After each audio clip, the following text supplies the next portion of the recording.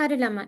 එතකොට මේ 12 ශ්‍රේණියට අදාළව සාමාන්‍යයෙන් ආයෙ මම මුලින් ඉඳන් සිලබස් එක මතක් කිරීමක් කරගෙන යන්නම්. එතකොටත් ඕගොල්ලෝ මතක් කරන අතරතුරේ මොනවා හරි ප්‍රශ්න ගැටලු තිබුණොත් ඕගොල්ලෝ මට කියන්න. මේ ටික පැහැදිලි නෑ, මෙතන ප්‍රශ්නයක් තියෙනවා, මෙතන ගැටලුවක් තියෙනවා කියන එක ඕගොල්ලෝ කියන්න ඕනේ. හරිද? එතකොට 12 ශ්‍රේණිය කියලා කියන්නේ අපෙන් ගොඩාක්ම ප්‍රශ්න අහන්න පුළුවන් තැනක් තමයි 12 ශ්‍රේණිය කියලා කියන්නේ. 12 ශ්‍රේණිය කියන සිලබස් එකට අදාළව ළමයි ලකුණු සාමාන්‍යයෙන් අපිට ලොකු ප්‍රමාණයක් ගන්න පුළුවන් MCQ එකෙත්. ඊට පස්සේ රචනා ප්‍රශ්න පත්‍රයේත් අපිට ලොකු ලකුණු ප්‍රමාණයක් ගන්න පුළුවන් 12 වසරට අදාළ සිලබස් එකේ. අපිට 12 වසරේ ළමයි පාඩම් පහක් තිබ්බා. බ්‍රාහ්මණ සමාජ ධර්ම කියන පාඩම, ඊට පස්සේ බුදුරජාණන් වහන්සේගේ විශිෂ්ට චරිත ලක්ෂණ සහ පරමාදර්ශී ශ්‍රාවක ශ්‍රාවිකා කියන මාතෘකාව. ඊට පස්සේ අපිට තිබුණා දේශපාලනය, ඊට පස්සේ ආචාර ධර්ම, ඊට පස්සේ පරිසරය කියන මාතෘකා ටික තිබුණා. එතකොට ඔය කියන පාඩම් පහ මම දැන් ඕගොල්ලන්ට චුට්ටක් මතක් කරලා දෙනවා. හරිද? එතකොට ඕගොල්ලන් නෝට් නැතිව මට ළම මැසේජ් එකක් දාලා තියන්න, මං නෝට් දෙන්නම්. ඒ මැසේජ් එක දාද්දි පුතේ පුළුවන් නම් මං ඕගොල්ලන්ගේ WhatsApp එකේ මැසේජ් ගොඩාක් ඔයාලගේ තියෙනවා. මං අර ඒ ගෲප් එකේ ඕගොල්ලන්ට හදලා දුන්නනේ ගෲප් එකක්. එන්න ඒකට දැම්මොත් මට පහසුයි. එක එක්කෙනාගේ chat වලට ගිහලා බලනවට වඩා මට පොදුවේ ඒ ගෲප් එක බැලුවාම ඔයාලගේ තියෙන ප්‍රශ්න ගැටලු හොයාගන්න පුළුවන්. එන්න ඒකට ඔයාලා දාලා තියන්න ඔයාලගේ තියෙන ප්‍රශ්න ගැටලු මොනවාම හරි තියෙනවා නම් ඒක මට දාලා තියන්න, මම ඒක බලලා ඕගොල්ලන්ට විසඳලා දෙන්නම්.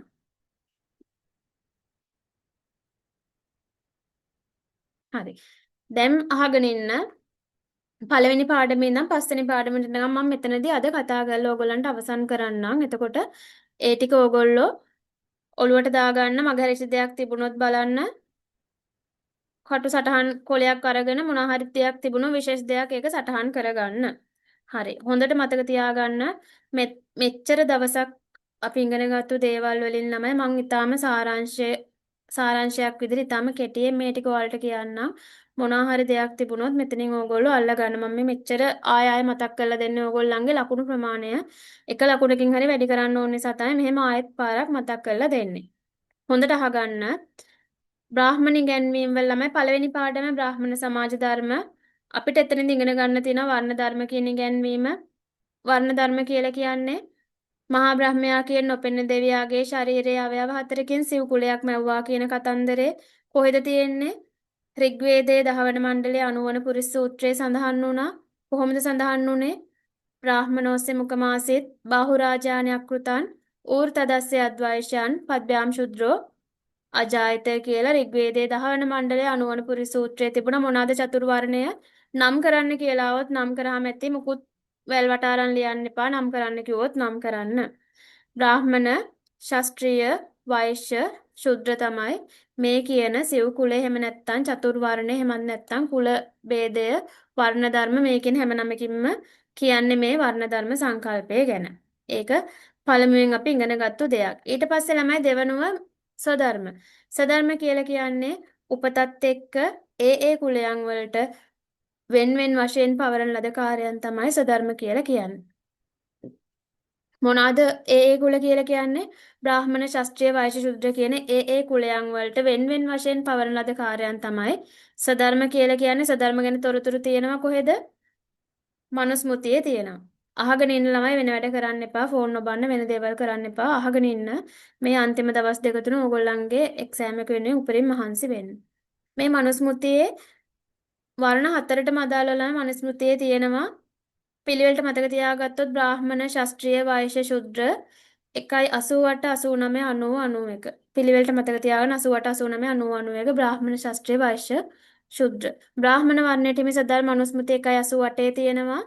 ඉගෙනීම, ඉගැන්වීම, යාග කිරීම, යාග කරවීම, දන් දීම, දන් පිළිගැනීම කොහොමද තියෙන්නේ මනුස්මෘතිය 1.88?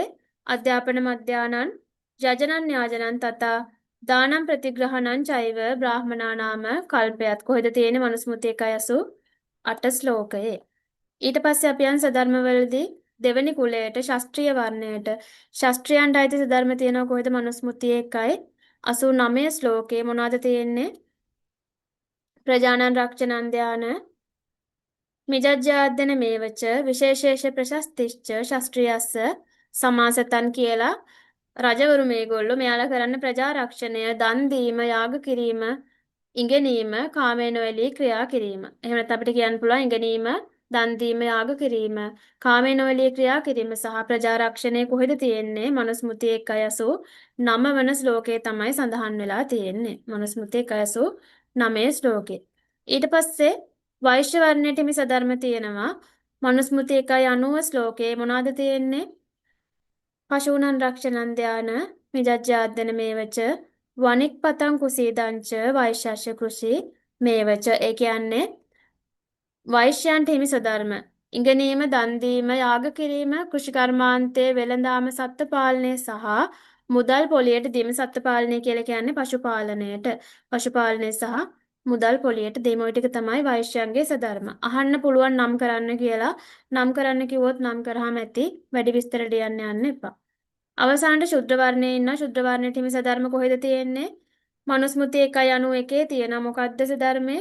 ඉහළ කුල තුනටම බැල මෙහෙවරකම් කිරීම තමයි කරන්න තියෙන්නේ. ඒකමේවතු ශුද්‍රස්ය ප්‍රභූ කර්මං සමාදිසත් ඒතේසාමේව වර්ණානං ශූසසාමනෝ සෝයස. ඒක මතක තියාගන්න. ඔතනින් ළමයි සධර්මත් ඉවරයි. ওই ටික තමයි සධර්ම වලට අහන්න පුළුවන්.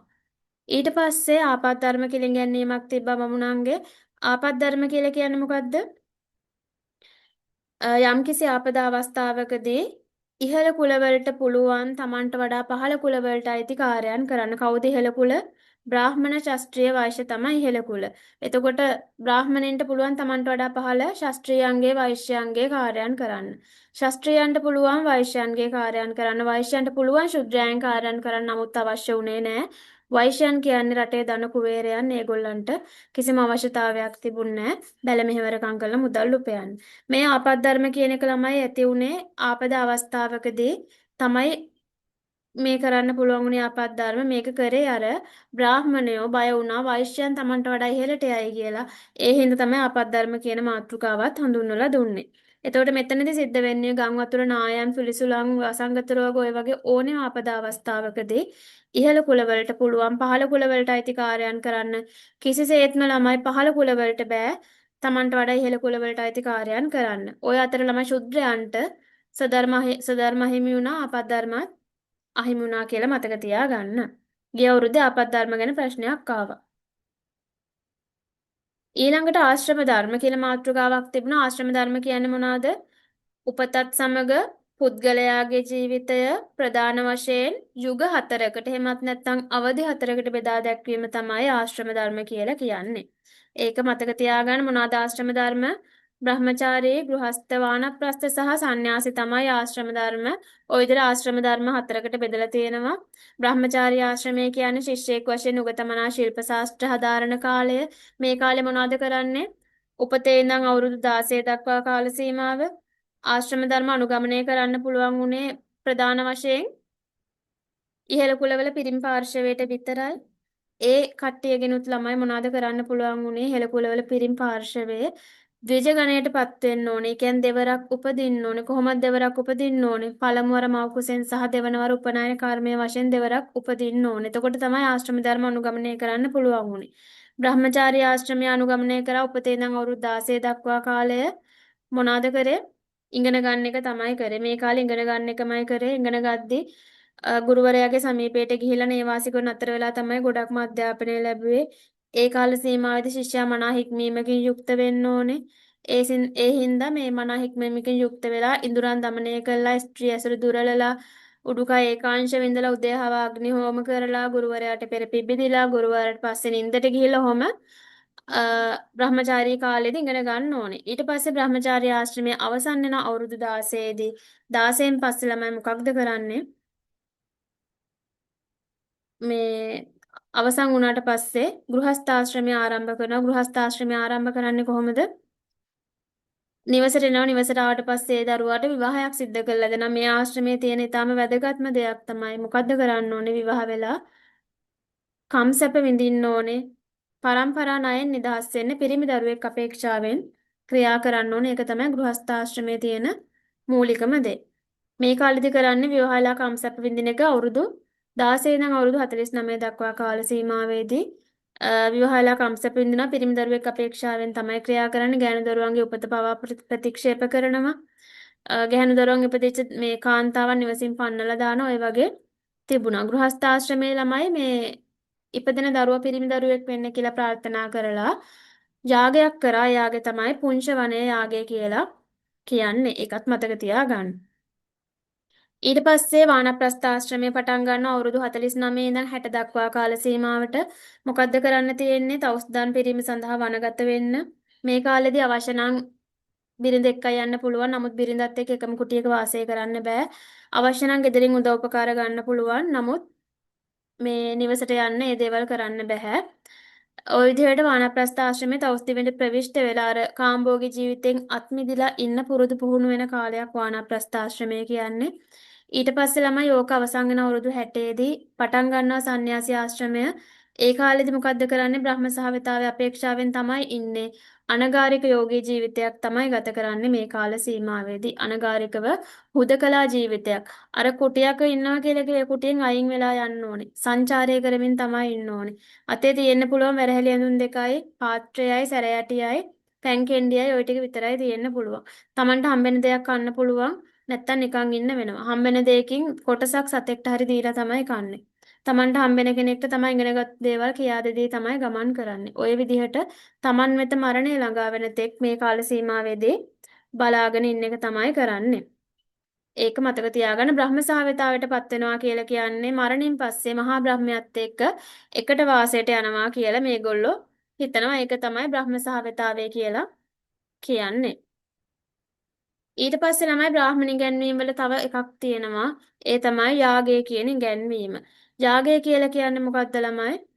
බ්‍රහ්ම සහවතාවයට තියෙන එකම මාර්ගය. MCQ වලට අහන්න පුළුවන්. බ්‍රහ්ම සහවතාවය සඳහා ඇති එකම මාර්ගය මොකක්ද කියලා. මොකක්ද බ්‍රහ්ම සහවතාවයට තියෙන එකම මාර්ගය? යාගය කියලා මතක තියාගන්න. යාගය කියලා කියන්නේ ළමයි ඉහළ කුලවලට විතරයි මේක කරන්න පුළුවන්. බ්‍රාහ්මණ ශාස්ත්‍රීය වෛශ්‍යයන්ට විතරයි. ශුද්‍රයන්ට හිමි නැහැ. ශුද්‍රයන්ට යාග භූමියකටවත් එන්න බෑ. ආවොත් යාගය අපිරිසිදු වුණා, යාග භූමිය අපිරිසිදු වුණා කියලා යාගය නවත්තලා දානවා. යාගය ඵල රහිතයි කියලා කියනවා. ඒක නිසා යාගයක් කරන තැනකටවත් ශුද්‍රයෙක්ටවත් කාන්තාවකටවත් එන්න බෑ. කොහොම වුණත් මේ යාගය ගැන කතා කරද්දී බ්‍රහ්ම සහවතාවයට පත් වෙන්න තියෙන එකම මාර්ගය තමයි යාගය උනේ. එතකොට කැඩි කැඩිද ඇහෙන්නේ? හරි. බ්‍රහ්ම සාවතාවයට පත් වෙන්න තිබිච්ච එක මාර්ගය තමයි යාගය කියලා කියන්නේ. එතකොට මේ යාගය ගැන කතා කරද්දී යාගය පිළිබඳ තොරතුරු ළමයි ත්‍රිවේදයෙහි සඳහන් වෙනවා. වේදත්‍රය කියලා කියන්නේ ත්‍රිවේදය. ත්‍රිවේදයේ සඳහන් වෙනවා යාගය පිළිබඳ තොරතුරු. එතකොට යාගය ගැන කතා කරද්දී යාගයක් අංග සම්පූර්ණ වෙන්න අනිවාර්යෙන් බමුණු පූජකයෝ ඉන්න ඕනේ. බමුණු පූජකයන් නැතුව යාගයක් කරන්න බෑ. එතකොට ඒක ඵල රහිතයි. අනිවාර්යයෙන්ම ඉන්න ඕනේ ප්‍රධාන යාගයක් සඳහා ඉන්න ඕනේ ප්‍රධාන වශයෙන්ම ඉන්න ඕනේ පූජකයෝ 4 දෙනෙක් ඉන්නවා. ඒ තමයි MCQ වලටත් අහන්න පුළුවන් හෝතෘ, අද්වර්ය, උද්ගාතෘ, යඥකාරක. හෝතෘ කියනවා යාගයට ආරාධනා කරන්න, දෙවියන්ට ආරාධනා කරන්න. ඊට පස්සේ අද්වර්ය කියනවා යාගය අධීක්ෂණය කරන්න. උද්ගාතෘ කියනවා වේද පාඨ ගායනා කරන්න. ඊට පස්සේ යඥකාරක කියනවා යාගය කරන පූජකයා. ඒ විදිහට තමයි යාගයක් අංග සම්පූර්ණ වෙන්න අනිවාර්යෙන් බමුණු පූජකයෝ ඉන්න ඕනේ. ඊට පස්සේ තමයි යාග ගැන කතා කරද්දී සාමාන්‍ය වශයෙන් කරපු යාග තියෙනවා.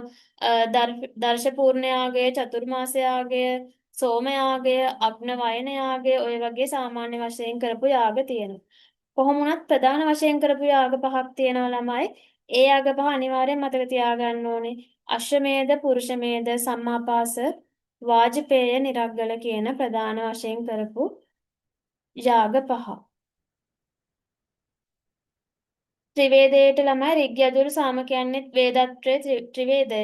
අතර්වණ එකතු වුනහම චතුර්වේදය. හරිද? එතකොට මේ ඔය කියන විදිහට අශ්වමේධ, පුරුෂමේධ, සම්මාපාස, වාජපේය, නිරග්ගල කියලා ප්‍රධාන යාග පහක් තියෙනවා. අශ්වමේධ යාගය කියන්නේ වටිනා අශ්වය බිලි දීලා කරපු යාගයක්. පුරුෂමේධ යාගය කියන්නේ කුලහීන පුරුෂය බිලි දීලා කරපු යාගයක්. සම්මාපාස යාගය කියලා කියන්නේ යාගස්තම්භ සරස්වතී නදියේ ගිල්වලා කරපු යාගයක්. වාජපේය යාගය කියලා කියන්නේ යාගස්තම්භ ගවලෙන් නාවලා කරපු යාගයක්. නිරග්ගල යාගය කියලා කියන්නේ මොකක්ද?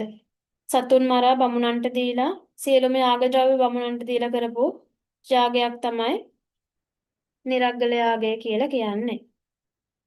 ওই විදිහට යාග ගැන මතක තියාගන්න.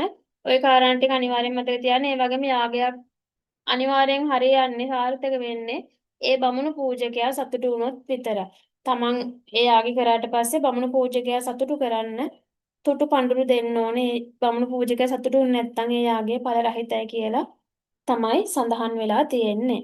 ඒකත් මතක තියාගන්න. ඊට පස්සේ ළමයි ඔය කියන බ්‍රාහ්මණ ඉගැන්වීම් පහ වර්ණ ධර්ම, සධර්ම, ආපද්ධර්ම, ආශ්‍රම ධර්ම, යාගය කියන ඉගැන්වීම් පහ බුදුදහමෙන් ප්‍රතික්ෂේප වෙනවා. ඒ ප්‍රතික්ෂේප වෙන එක ගැන ළමයි වෙන වෙනම කතා කරන්න තියෙනවා. එතකොට ඕගොල්ලන්ගෙන් වෙන වෙනම ප්‍රශ්න අහන්න පුළුවන්. ඒ ප්‍රශ්න අහද්දී මම ඊටාම කෙටියෙන් කියන්නම් මතක තියාගන්න. මොකද මේ ඔක්කොම ටික මුලින් නම් හරියට සම්පූර්ණ ලොකුවට උගන්වන්න බෑ. අවශ්‍යම ටික තමයි මතක් කරගෙන යන්නේ මම මේ. එතකොට වර්ණ ධර්ම කියන ඉගැන්වීමලයි බුද්ධහමෙන් ප්‍රතික්ෂේප වෙනවා.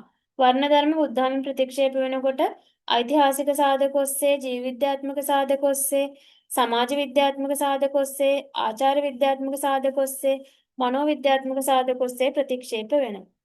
වර්ණ ධර්ම ළමයි බුද්ධහමෙන් ප්‍රතික්ෂේප වෙද්දී ඓතිහාසිකව ප්‍රතික්ෂේප වුණා දීඝනිකාය අග්ගඤ්ඤ සූත්‍රය ඊට පස්සේ අම්බට්ට සූත්‍රය කියන සූත්‍ර දේශනා දෙකෙන්. මෙතන දීඝනිකාය අග්ගඤ්ඤ සූත්‍රය මොනවද තිබුණේ ඔයගොල්ලන්ට මතක් වෙන්න ඕනේ අර ආබස්සර කියන බඹලෝකයෙන් චුත වෙලා ආපු ජීවීන් මුළු ලෝකෙම ඒ කාලේ ලෝකයක් තිබුණ නැහැ.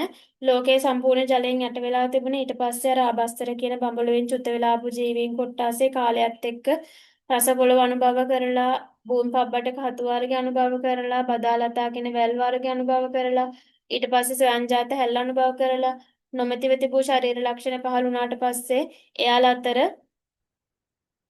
ගෘහ ජීවිත ඇති වෙනවා. ඊට පස්සේ සමාජයේ මේ විවිධ අපරාධ ඇති වෙනවා. ප්‍රාණඝාත, අදත්තාදාන, මේ සොරකම, ඊට පස්සේ බොරු කීම, අව්‍යාවද නිපද ගන්න ওই දේවල් ඇති වුණාට පස්සේ මොකද්ද කරන්නේ? පාලකයෙක් පත් කර ගන්නවා. ඒ පාලකයා පත් කරගත්තට පස්සේ ඒ පාලකයා කෙත්වතු වලට අධිපතිත්වයේ පවරලා කෙත්තානං අධිපතියති කත්තියෝ කියන. එතකොට ශාස්ත්‍රීය කියලා කියන්නේ මහා බ්‍රහ්මයාගේ දෙබාහුවලින් උපන්න පිරිසක් නෙවෙයි. ශාස්ත්‍රීය කියන්නේ කෙත්තානං අධිපතියති කත්තියෝ. කෙත්වතු වල අධිපතිත්වයේ දරු පිරිස තමයි ශාස්ත්‍රීය කියලා කියන්නේ. ඊට පස්සේ විසුම් කම්මන්තේ පයෝජන්තිති වෙස්සා. විවිධ කර්මාන්ත කරපු කට්ටිය තමයි වෛශ්‍ය වෙන්නේ. එහෙම නැත්නම් මහා බ්‍රහ්මයාගේ දෙකළවා වලින් බිහි වෙච්ච පිරිසක් නෙවෙයි වෛශ්‍ය කියන්නේ. ඒ අතර හිටිය සමාජයේ පව් බහනය කරන්න වනගත වෙලා බවුන් නඩපු කට්ටිය. බාහිත පාප ධම්මෝ බ්‍රාහ්මනෝ. ඒ කියන්නේ බ්‍රාහ්මණයෝ කියලා කියන්නේ මහා බ්‍රහ්මයාගේ මුඛයෙන් බිහි වෙච්ච පිරිසක් නෙවෙයි. බ්‍රාහ්මණ කියන නම හැදිලා තියෙන්නේ පව් වහනය කරන්න වනගත වෙච්ච පිරිස තමයි බ්‍රාහ්මණ කියලා කියන්නේ. ඊට පස්සේ සමාජයේ හිටියා රටට අවඩදායී පිරිසක්.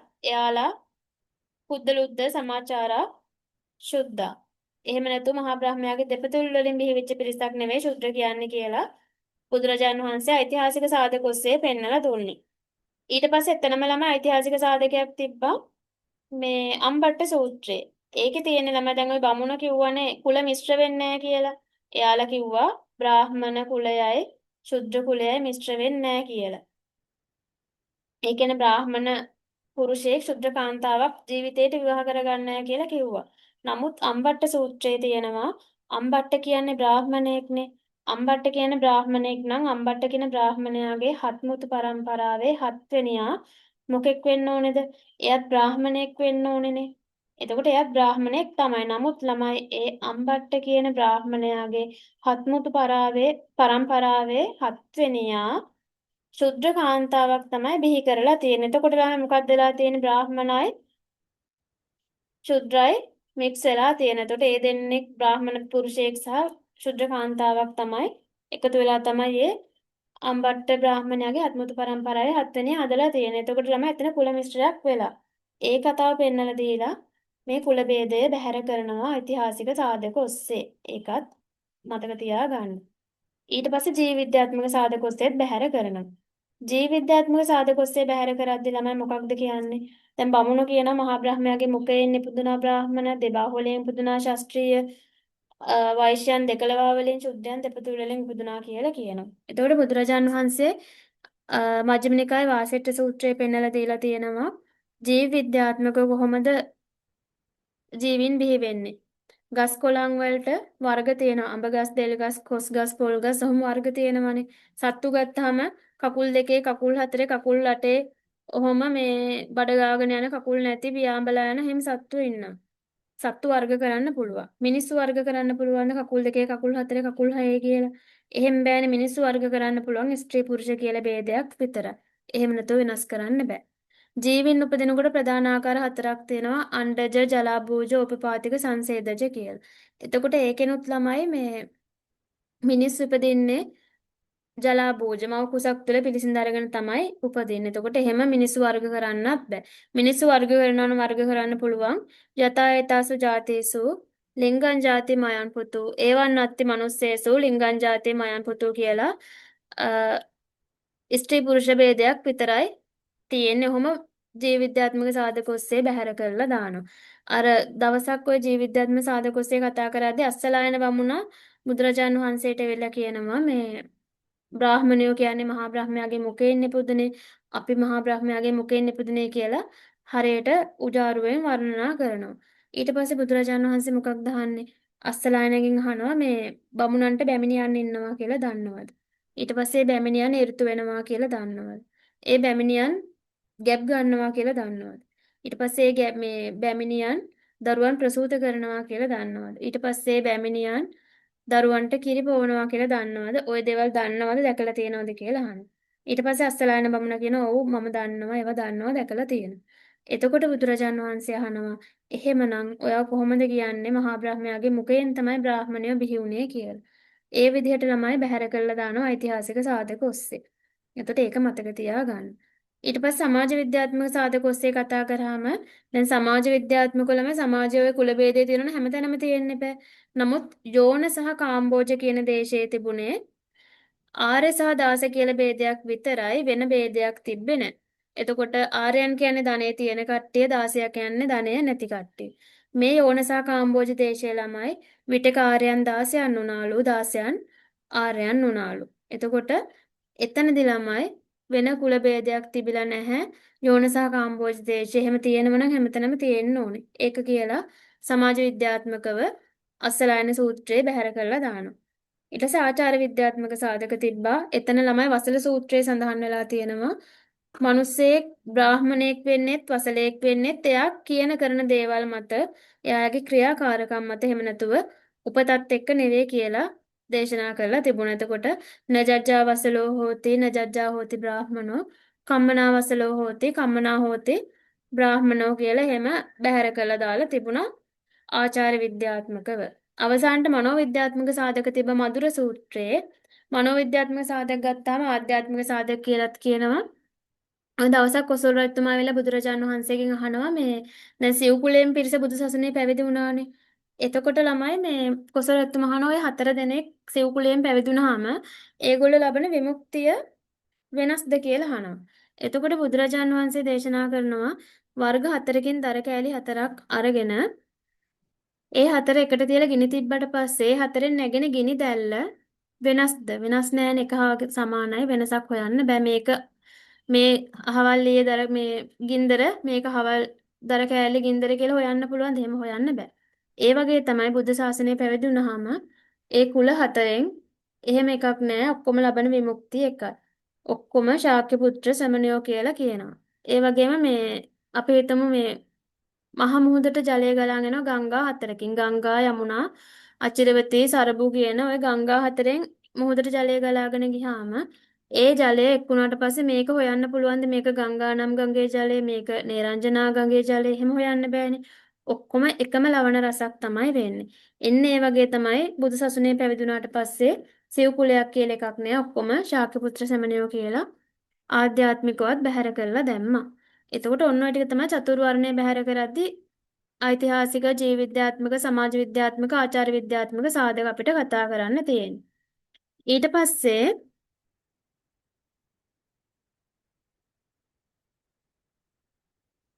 අහන්න පුළුවන් මේ ස්වධර්ම ගැන. ස්වධර්ම බුද්ධාම ප්‍රතික්ෂේප වෙනවා කිව්වොල්ලම අපිට හිතලා වුණත් ලියන්න පුළුවන්. අපි දන්නවා ස්වධර්ම කියන්නේ මොනවාද? උපතත් සමග ඒ කුලයන් වලට වෙන වෙන වශයෙන් කාර්යයන් පැවරුවා තමයි ස්වධර්ම කියලා කියන්නේ. එතකොට උපතත් එක්ක පුද්ගලයාට ස්වධර්ම පවරණ එකෙන් මොකද්ද වෙන්නේ? පුද්ගල ශක්තිය, පුද්ගල ස්වාධීනත්වය යටපත් කරනවා. ඒ පුද්ගලයාට නිදහසේ හිතලා මතලා තීරණ ගන්න තියෙන අයිතිය නැති කරනවා. පුද්ගලයාගේ හොඳ නරක එයා මොනවද කරන්න ඕනේ කියන එක තීරණය කරන්නේ මහා බ්‍රහ්මයා කියන නොපෙනෙන දෙවියා විසින්. ඒතර ඔය කියන සංකල්පත් එක්ක සධර්මත් බුද්ධහමෙන් බැහැර කරනවා කියලා කියන්න පුළුවන්. එතකොට යම්කිසි කෙනෙක්ට උපතින් ජීවිකා වෘත්තියක් හම්බ වෙනවා කියලා කියන්නේ එයාගේ තියෙන පුද්ගල හැකියාවන්, දක්ෂතාවයන් ඔය සියල්ලම යටපත් කරලා දානවා. එහෙම කියලා සධර්ම සංකල්පය බැහැර කරා. ඊට පස්සේ ඔය මේ ආශ්‍රම ධර්මත් එහෙමයි. පුද්ගලයාගේ ජීවිතය ළම එකම කාලයකට සීමා කරන්න බෑ. ඉගෙන ගන්න මේ කාලෙට කියලා සීමා කරන්න බෑ. පුද්ගලයාට මැරෙනකම් ඉගෙන ගන්න පුළුවන්. විවාහලා කම්සැප විඳින එක ඒ කාලේ මේ කාලෙට කියලා සීමා කරන්න බෑ. ඒක තමන්ගේ ස්ථාවරත්වයට පත් වුණාට පස්සේ ඒක තමන්ට කැමති විදිහට තීරණය කරගන්න පුළුවන්. ආගමට දහමට යොමු වෙන එක ළමයි ජීවිතයේ අවසාන භාගය කරන්න බලන් ඉන්නවා කියන්නේ අචරිත්වා බ්‍රහ්මචර්යා අලද්දා යොබ්බනේදනං ජින්න කොංචාය ජායන්ති කීන මච්චේ පල්ලං අර මහලු වෙච්ච කොස්වාල හිණියෙක් මසුන් නැති විලක් ළඟ බලන් ඉන්නා වගේ තමයි මහලු වෙලා ආගමට දහමට යොමු වෙන්න බලන් ඉන්නවා කියන එක. ওই විදිහට මේ ආශ්‍රම ධර්මත් බුද්ධහමින් බැහැර කරා. ඔය කතන්දර ටික දාලා ලියන්න පුළුවන්. ඊට පස්සේ බ්‍රහ්ම සහවතාවට පත් වෙන තියෙන එකම මාර්ගනේ යාගය කියන්නේ. යාගයත් ළමයි බුද්ධාමීන් ප්‍රතික්ෂේප කරා. යාගය ප්‍රතික්ෂේප කරන්න හේතු වෙච්ච ප්‍රධානතම සාධකයක් තමයි මේ බුදුදහම කියලා කියන්නේ ළමයි මේ ප්‍රාණඝාතය හෙලා දකින දහමක් නේ. එතකොට මේ යාගයෙන් සම්පූර්ණ කරේ සත්ව ඝාතන කරා, ප්‍රාණඝාත කරා, මිනිස්සු කුලහීන පුරුෂයන් ඝාතනය කරා. එතකොට ප්‍රාණඝාතය සිද්ධ වුණා. බුදුදහම කියලා කියන්නේ මේ සබ්බේ තසන්ති දණ්ඩස්ස සබ්බේ බායන්ති මච්චුනෝ අත්තානං උපමං කත්තා නහනේය නගාතේ සියලුම සත්වයෝ මරණයට බයයි ඒ වගේම දඬුවමට බයයි ඒක නිසා තමන් උපමා කොටගෙන අනිත් අය පෙළන්න එපා කියලා කියනවා. ඒක නිසා යාගය බැහැර කරා. ඊට පස්සේ මේ යාගය කියන සංකල්පය බුදුරජාණන් වහන්සේ බැහැර කරලා යාගය වෙනුවට නව සංකල්පයක් පෙන්වලා දුන්නා දානය කියන එක. එතකොට දානය අඳුන්වලා දුන්නා යාගය වෙනුවට අපිට. එතකොට ඒක විස්තර කරලා ලියන්න පුළුවන්. යාගය බුද්ධාමෙන් ප්‍රතික්ෂේප වෙනවා කියලා ප්‍රශ්නයක් ආවොත්.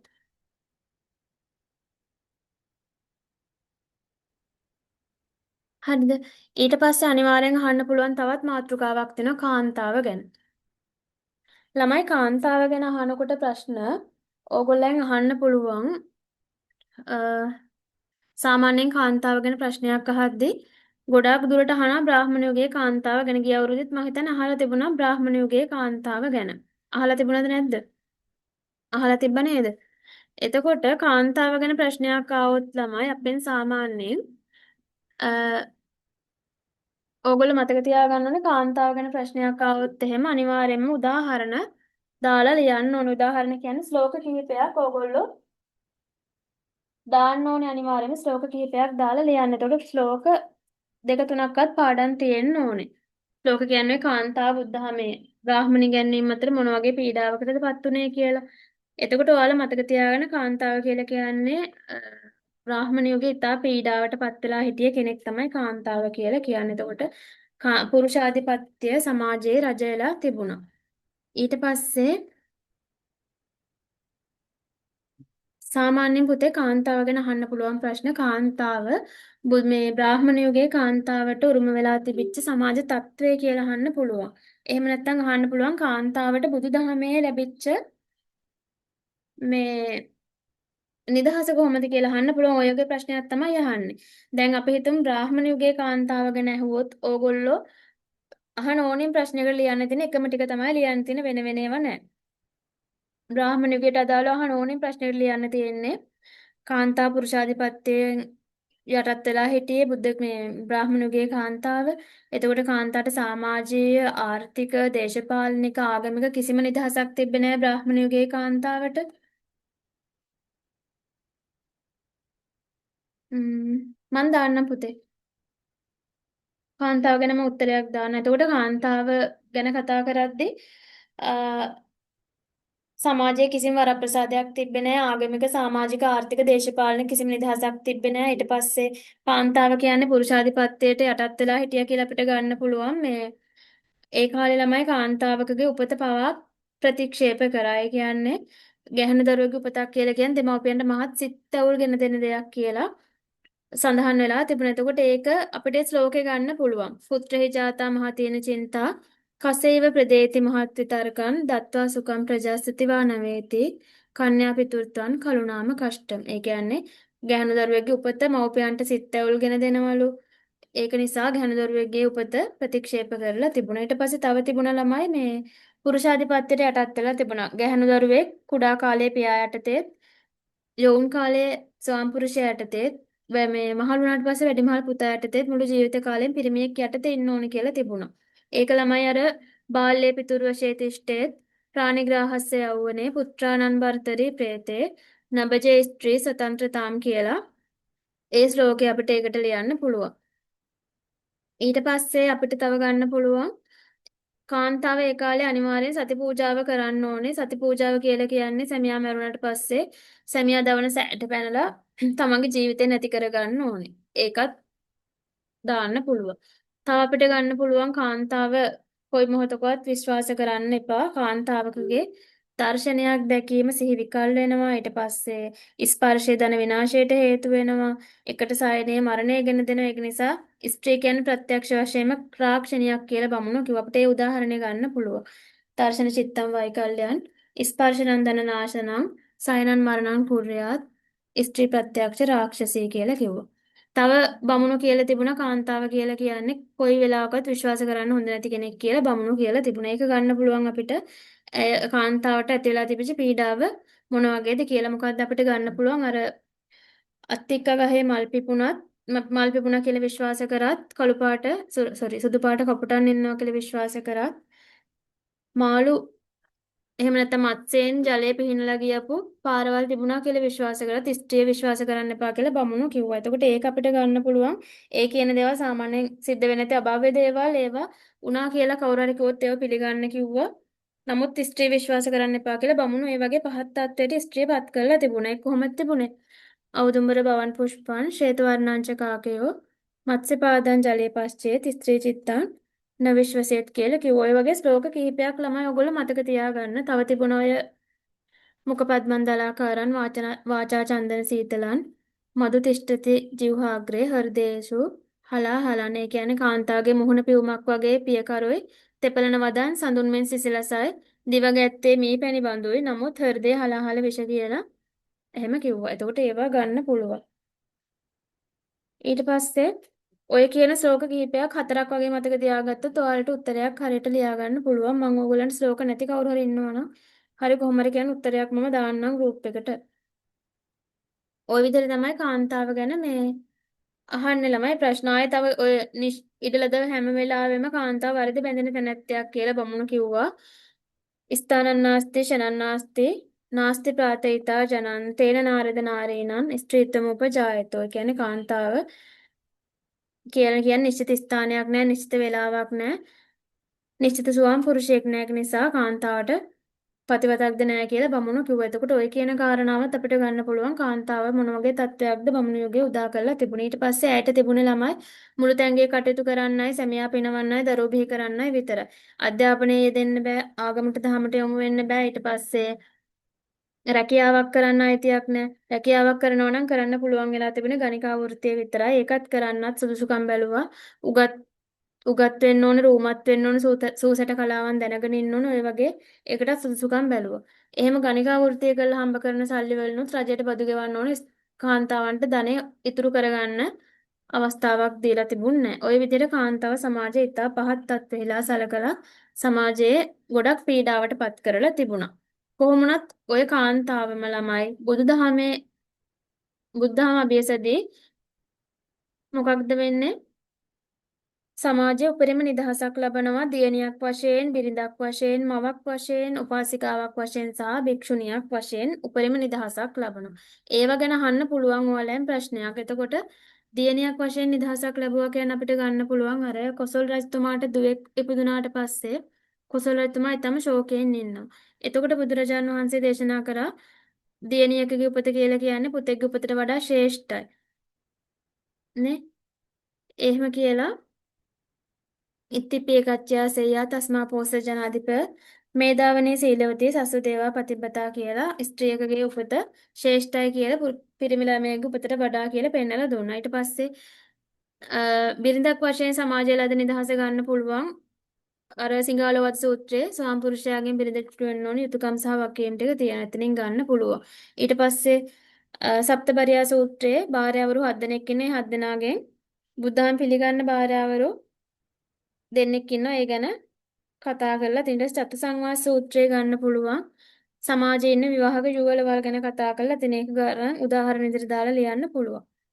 ඊට පස්සේ ළමයි මවක් වශයෙන් ගත්තාම මවක් වශයෙන් සමාජයේ ලැබෙච්ච නිදහස ගත්තාම ඔය සිංහලෝවාද සූත්‍රයේ තියෙන දෙමව්පියන්ගෙන් දරුවන්ගේ දෙමව්පියන්ට වෙන්න ඕන යුතුයකම් සහ වගකීම් ටික පෙන්නලා දෙන්න පුළුවන්. ඊට පස්සේ මව බ්‍රහ්ම කියන නාමයෙන් හඳුන්වනවා.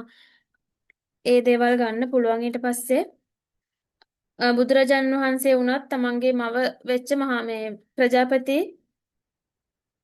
ගෝතමී තෙරණිය පිරිනවන් පාන්න යන වෙලාවේ පිටුපසින් ගමන් කරයි මවට දක්න කෘතුගුණ සැලකීමක් විදිහට.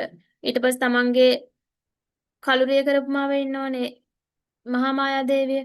ඇය වෙනුවෙන් කෘතගුණ සැලකීමක් විදිහට මාතෘ දිව්‍ය රාජයාට විජම්බන දේශනා කරතට ඒව ගන්න පුළුවන්. ඒත් මවක් විදිහට ලද නිදහස ගැන කතා කර දේවදාල් ලියන්න පුළුවන්. උපාසිකාවක් වශයෙන් ගත්තාම කාන්තාවට උපාසිකාවක් විදිහට උපරිම නිදහසක් හම්බෙලා තිබුණා අපිට ඒක ලියන්න පුළුවන්. භික්ෂුණියක් වශයෙන් ගත්තාම මේකටත් අපිට ගොඩක් දේවල් ලියන්න තියෙනවා. තනතුරු ලබා දුන්න භික්ෂුණීන් වහන්සේලාට ඒවා දාලා අපිට ලියන්න පුළුවන් උත්තරයක්. එතකොට ওই විදිහට තමයි කාන්තාව ගැන ප්‍රශ්නයක් අපෙන් අහන්න පුළුවන්. එතකොට ඕගොල්ලෝ චුට්ටක් ඒ ටික ගැන ලොකු අවධානයක් යොමු කරන්න.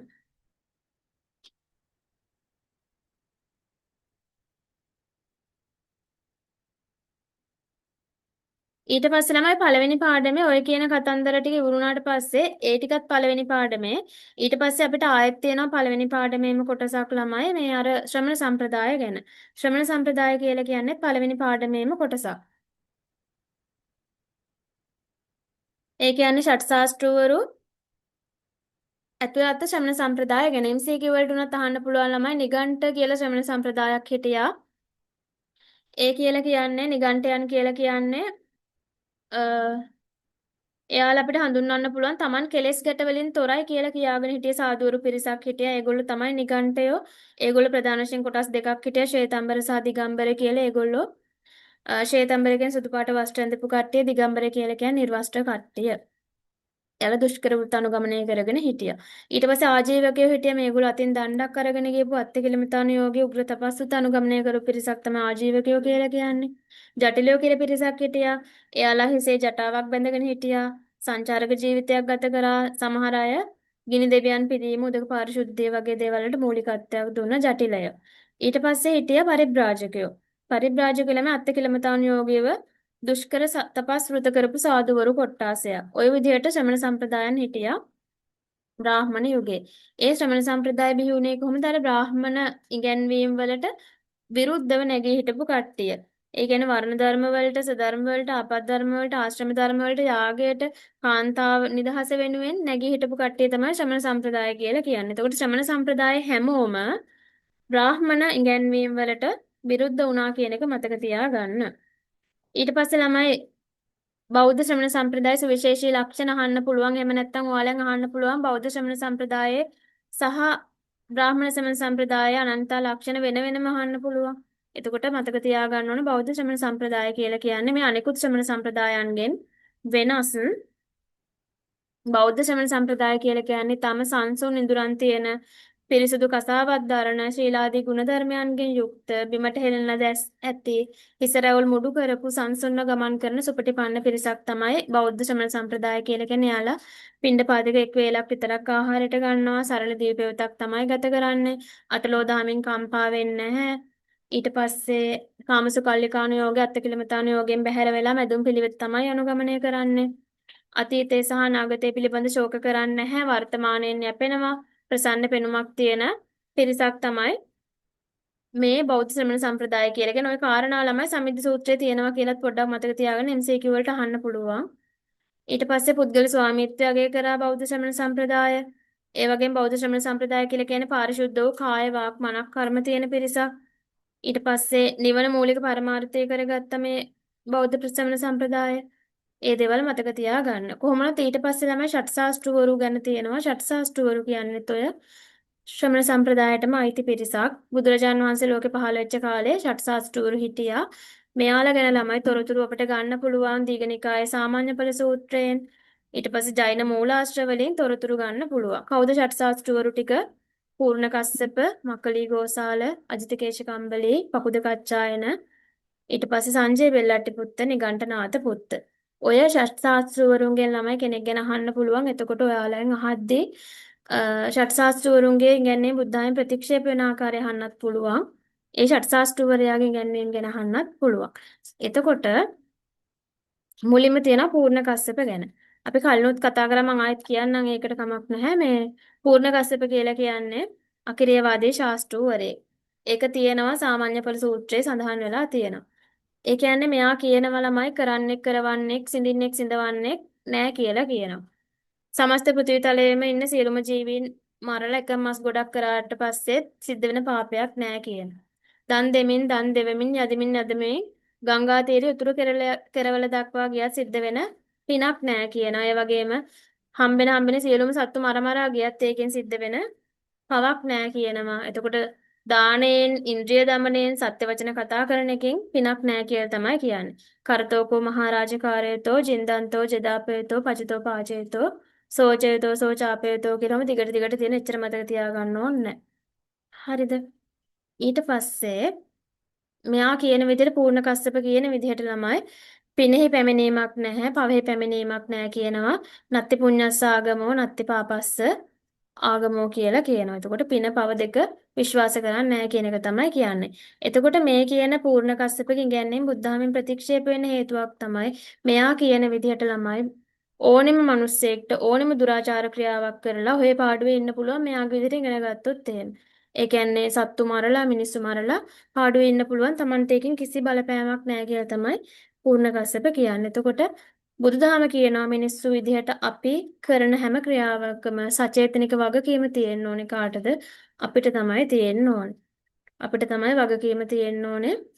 යම් කිසි දෙයක් කරනවා ඒකේ වගකීම අපිට ඒක නිසා ඒ ගැන්වීම බැහැර කරා.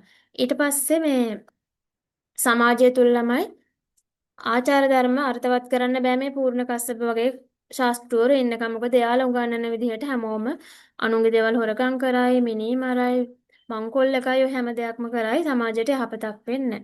එකකින් සමාජ පරිහානියක් තමයි වෙන්නේ. එතකොට බුදුදහම කියලා කියන්නේ කර්මවාදී, කිරියවාදී, විරියවාදී දහමක්. ඒක නිසා කරන ක්‍රියාවේ වගකීම Tamanම තමයි ගන්න ඕනේ. එතකොට බුදුදහම පුනර්භවය පිළිගන්නවා. සත්වයාගේ සාංශාරික ප්‍රවෘත්තිය පිළිගන්න. ඒ කියන්නේ නැවත ඉපදීමක් තියෙනවා කියන එක පිළිගන්න. එතකොට එතනදී ළමයි බුද්ධාම පෙන්වලා දෙන අපි මේ මොහොතේ කරපු දේවල් වලට අපිට ප්‍රතිවිපාක හම්බ වෙනවා. ditta ධම්ම වේදනීයව, උපපජ්ජ වේදනීයව, අපරාපරිය වේදනීය අපිට ඒ ප්‍රතිවිපාක හම්බ වෙනවා. අනිවාර්යෙන් සිද්ධ වෙන දේවල්. ඒ කියන්නේ අපි යම්කිසි වැරැද්දක් කරොත් එහෙම, අපි පවක් කරොත් එහෙම ඒකට ප්‍රතිඵලයක් අපි මේ ජීවත් වෙලා ඉන්න ආත්ම භවයේම හම්බෙන්න පුළුවන්. ඒ කියන්නේ ditta ධම්ම වේදනීය කියන්නේ මැරෙන්න කලින් අපිට මේ ආත්මෙම හම්බෙන්න පුළුවන් අපි ඒ කරපු දේවල්. එහෙම නැත්නම් අනිවාර්යයෙන්ම ඒ විදිහට සිද්ධ වුනේ නැත්නම් උපදින ඊළඟ පළවෙනි ආත්මය. දැන් මේකෙන් මේ ආත්මේ මැරිලා ගිහිල්ලා ඊට පස්සේ උපදින පළවෙනි ආත්මේ තියෙනවනේ. එතනදී ප්‍රතිවිපාක හම්බ වෙනවා. උපපජ්ජ වේදනය කියලා කියන්නේ ඒකයි. එහෙමත් උනේ නැත්තම් ළමයි සංසාරයේ කොතනකදී හරි උපදින කොයි ආත්ම භවයකදී හරි ඒ කරපු අකුසල කර්මයට ප්‍රතිවිපාක හම්බ වෙනවා. ඒක තමයි මෙතනදී කියන්නේ. එතකොට ඔය කියන ඉගැන්වීමනේ බුද්ධාමේ තියෙන්නේ. එතකොට අර පූර්ණ කස්සපකින් ඉගැන්වීම සම්පූර්ණයෙන් ප්‍රතික්ෂේප වෙනවා. මොකද මෙයා ප්‍රාණඝාත පිළිගන්නවා. ඒකෙන් සිද්ධ වෙන පවක් නැහැ කියනවා. හොරකම් කරාට ඒවෙන් සිද්ධ වෙන පවක් නැහැ කියන ගොඩක්ම ප්‍රාණඝාත ගැන තමයි මෙයා කතා කරන්නේ. පව් කරා කියලා කිසිම පවක් නැහැ කියන එක තමයි පූර්ණ කස්සප කියන්නේ. එතකොට ඒ විදිහට බැහැර කරන්න පුළුවන් කියලා අපිට ගන්න පුළුවන්. ඊළඟට ළමයි මක්කලි ගෝසාලේ ඉන්නවා. මක්කලි ගෝසාල කියලා කියන්නේ නියතිවාදී ශාස්ත්‍රූවරයෙක්. මෙයා හැම දෙයක්ම නියතයකට අනුව සිද්ධ වෙනවා කියලා මක්කලි ගෝසාල කිව්වා. ඒ කියන්නේ මක්කලි ගෝසාල කියන කෙලෙසීමට විසුද්ධියට හේතු ප්‍රත්‍යක් නැහැ කියලා කියනවා. හේතුවක් ප්‍රත්‍යක් නැල්ලු කෙලෙසීමට විසුද්ධියට සංසාර ශුද්ධියට කිසිදු හේතු ප්‍රත්‍යක් නැහැ කියලා කියන. ඒක නිසා මෙයා අහේතු අපත්‍යතාවාදී ශාස්ත්‍රූවරයෙක් මක්කලි ගෝසාල්. මෙයා කියනවා හැම දෙයක්ම සිද්ධ වෙන්නේ නියතයකට අනුව. හැමදේම හරියට නියතයකට අනුව සිද්ධ වෙනවා. ඒක නිසා මෙයා නියතිවාදයෙක්, ඒ වගේම අදිච්ච සමුප්පන්නවාදියෙක්. එතකොට මේ මක්කලි ගෝසාල කියනවා ළමයි කිසිම දෙයකට අපි උත්සාහ කරාට වීරිය වඩන්න අදිෂ්ඨානය පුරුෂ බලය පුරුෂ පරාක්‍රමය මේ හැම දෙයක්ම මෙයා ප්‍රතික්ෂේප කරනවා. සියලුම ජීවීන් වීර රහිතයිලු බල රහිතයිලු තමන්ගේ කැමැත්තට අනුව ක්‍රියා කරන්න බැරි පිරිසක් කියලා තමයි මක්කලි ගෝසාල කියන්නේ. ඒ වගේම සත්‍යයේ කෙලසීමට විසුද්ධියට හේතුව ප්‍රත්‍යක් නෑ කියලා මෙයා කියන එක නිසා මෙයා හේතු අපත්‍යතාවාදී ශාස්ත්‍රූවරයෙක්. ඒ වගේම මක්කලි ගෝසාල කියලා කියන්නේ නත්ති කම්ම, නත්ති කිරිය, නත්ති විරිය. කර්මයේ ක්‍රියාවේ වීරියේ ප්‍රතිඵලයක් නෑ කියලා තමයි මෙයා කියන්නේ. එතකොට මේ මක්කලි ගෝසාල් ළමයි අකිරියවාදයක් එයත් පින්පව බැහැර කරනවා. මෙයා ඒ වගේම නියතිවාදී ශාස්ත්‍රූවරයෙක්. මෙයා කියන්නේ මොකක්ද? හැම දෙයක්ම නියතයකට අනුව සිද්ධ වෙන එක නිසා පුද්ගලයාගේ ජීවිතය ආත්ම භව 84000 ගිහිල්ලා එතනින් අවසන් වෙනවා කියලා කෙන එක නියතයකට අනුව සිද්ධ වෙනවලු. ඒක නිසා පින් කරන්න ඕනේ නැහැ. පව් කරා කියලා ප්‍රශ්නයක් නැහැ කියලා තමයි මක්කලි ගෝසාලත් කියන්නේ. එතකොට මේ මක්කලි ගෝසාල කියන විදිහට ළමයි අර උස කඳු මුදුනක් උට්ට ගිහලා නූල් පන්දුවකුත් අතේ තියාගෙන නූල් පන්දු එක කෙරවලක් අපි ළඟ තියාගෙන ඉතුරු කෙරවල පහළට දැම්මට පස්සේ ගිහිල්ලා නතර වෙනවනේ කොතන හරි. එන්නේ ඒ වගේ සංසාර ගමනත් කොතන හරි නතර වෙනවා ආත්ම භව 84000 ගියාට පස්සේ කියලා තමයි මක්කලි ගෝසාල කියන්නේ. ඒක නියතයකට අනුව සිද්ධ වෙනවා කියලා කියනවා. එතකොට ඒක නිසා එයාගෙන් ඉගැන්වීම නියතිවාදී ඉගැන්වීම. කොහොම වුණත් ළමයි මේ මක්කලි ගෝසාල ශාස්ත්‍රවරයාගේ ඉගැන්වීම බුදුරජාණන් වහන්සේ බැහැර කරනවා. මොකද මෙයා මේ කියන විදිහට සමාජයේ මිනිස්සු කරන්න කියන්න ගත්තොත් එහෙම මේ මිනිස්සුන්ටත් මොකක්ද වෙන්නේ? එයාලගේ ජීවිතත් විනාශ වෙන එක තමයි වෙන්නේ. ඒක නිසා ඉගැන්වීම බැහැර කරනවා. ඇයි බැහැර කරන්නේ? ඔය මක්කලි ගෝසාල කිව්වනේ හැම දෙයකටම හේතුවක් ප්‍රත්‍යක් නැහැ කියලා. නමුත් ළමයි සත්‍යයේ කෙලෙසීමට පිරිසිදු බවට හේතුවක් ප්‍රත්‍යක් තියෙනවා කියලා බුදුරජාණන් වහන්සේ පෙන්නලා දුන්නා. බුදුරජාණන් වහන්සේ කොහොමද පෙන්වලා දුන්නේ? සංයුක්ත නිකායේ මහාලි සූත්‍රයේදී පෙන්වලා දුන්නේ MCQ වලට අහන්න පුළුවන්. අත්ති මහාලි හේතු අත්ති පච්චේතෝ సంతాනං සංකිලිස්සයානං සහේතු සප්පච්චේතා කියලා ওই විදිහට දිගට දිගට තියෙනවා. ওই විදිහට මහාලි සූත්‍රයේදී ළමයි මක්කලි ගෝසාලගේ මේ ඉගැන්වීම් ප්‍රතික්ෂේප කරලා දැම්මා. ඊට පස්සේ මෙයාගේ මේ අදිච්ච සමුප්පන්නවාදී ඉගැන්වීම මේ වගේ මෙයාගේ අහේතු අපත්‍යතාවාදී ඉගැන්වීම බුද්ධාමෙන් ප්‍රතික්ෂේප කරා. මෙයා කියන්නේ කිසිම දෙයකට හේතුවක් ප්‍රත්‍යක් නැහැ කියලානේ. නමුත් බුදුරජාණන් වහන්සේ දේශනා කරා ඉමස්මින් සති ඉඳන් හෝති ඉමස් උප්පාදා ඉඳන් උප්පජ්ජති කියලා පටිච්චසමුප්පන්නවාදී එහෙම නැත්නම් හේතුඵලවාදී ධමයක් බුද්ධාම ඉදිරිපත් කරේ. ඒක නිසා මෙයාගේ ඉගැන්වීම ප්‍රතික්ෂේප වුණා. ඊට පස්සේ බුද්ධාම ළමයි අර ඊශ්වර නිර්මාණවාදය, පුබ්බේගත හේතුවාදය, අහිතපතතාවාදය මේ හැම දෙයක්ම බැහැර කරනෝනේ. එතකොට මේ මක්කලි ගෝසාලෙන් ගැනීමත් එතනින් බැහැර කරලා දැම්මා. දැන් මක්කලි ගෝසාල කියන විදිහට කිසිම දෙයක් කරන්න ඕනේ කවුරුත් පුද්ගල ශක්තිය, පුද්ගල ස්වාධීනත්වය මොකවත් ඕනේ හැම දෙයක්ම නියතයකට අනුව සිද්ධ වෙනවා කියලා කියන්නේ. නමුත් ළමයි බුදුරජාණන් වහන්සේ පෙන්වලා දුන්නා අත්තකාර, පරකාර, පුරිසතාම, පුරිස බල, පුරිස විරිය, පුරිස පරක්‍රම ආදී මෙය පුද්ගල ශක්තියින්. එය පුද්ගලයන්ගේ ශක්තියින් උභයාර්ථ සංවර්ධනය පිණිස හේතු වෙන දේවල්. ඒක නිසා මේ දේවල් බුදුරජාණන් වහන්සේ ප්‍රතික්ෂේප කරා මක්කලි ගෝසාලෙන් ඉගැන්වීම. එතකොට ළමයි මේ ආරම්භක ධාතු, නික්කම ධාතු, පරක්කම ධාතු, තාම ධාතු, තිස් ධාතු වගේ දේවල් වල පුද්ගල පෞරුෂය ගොඩනගන්න උත්සාහ කරලා තිනවා බුද්ධාම. එතකොට මේ දේවල් පෙන්වලා දීලා අර ඉගැන්වීම් බැහැර කරා. විශේෂයෙන් මතක තියාගන්න ළමයි මේ විවිධ හුයෙන් වියන ලද වස්ත්‍ර අතර දුර්වර්ණ දුර්ගන්ධ දුක්ඛ ස්පර්ශ ඇති කේශකම්බලියක් ඉතා පහත් තත්වෙහිලා සැලකෙන්නාසේ මක්කලි වාදයේ පහත්ම වාදයක් විදිහට බුදුරජාන් වහන්සේ බැහැර කළා දානවා මක්කලි ගෝසාලගෙන් ගැන්නේ. ඊට අමතරව ගංගා මුහේ ගිල්වා තබන කෙමින මත්සෙයින්ට විනාශයට හේතු වනවා වගේ මක්කලි ගෝසාල කියලා කියන්නේ මිනිස්සුන්ට අවඩ පිනිස ව්‍යසන පිනිස ලෝකයේ තියෙන මිනිස් කෙමිනක් කියලා මක්කලි ගෝසාලෙන් කියන්නේ ප්‍රතික්ෂේප කරලා දානවා.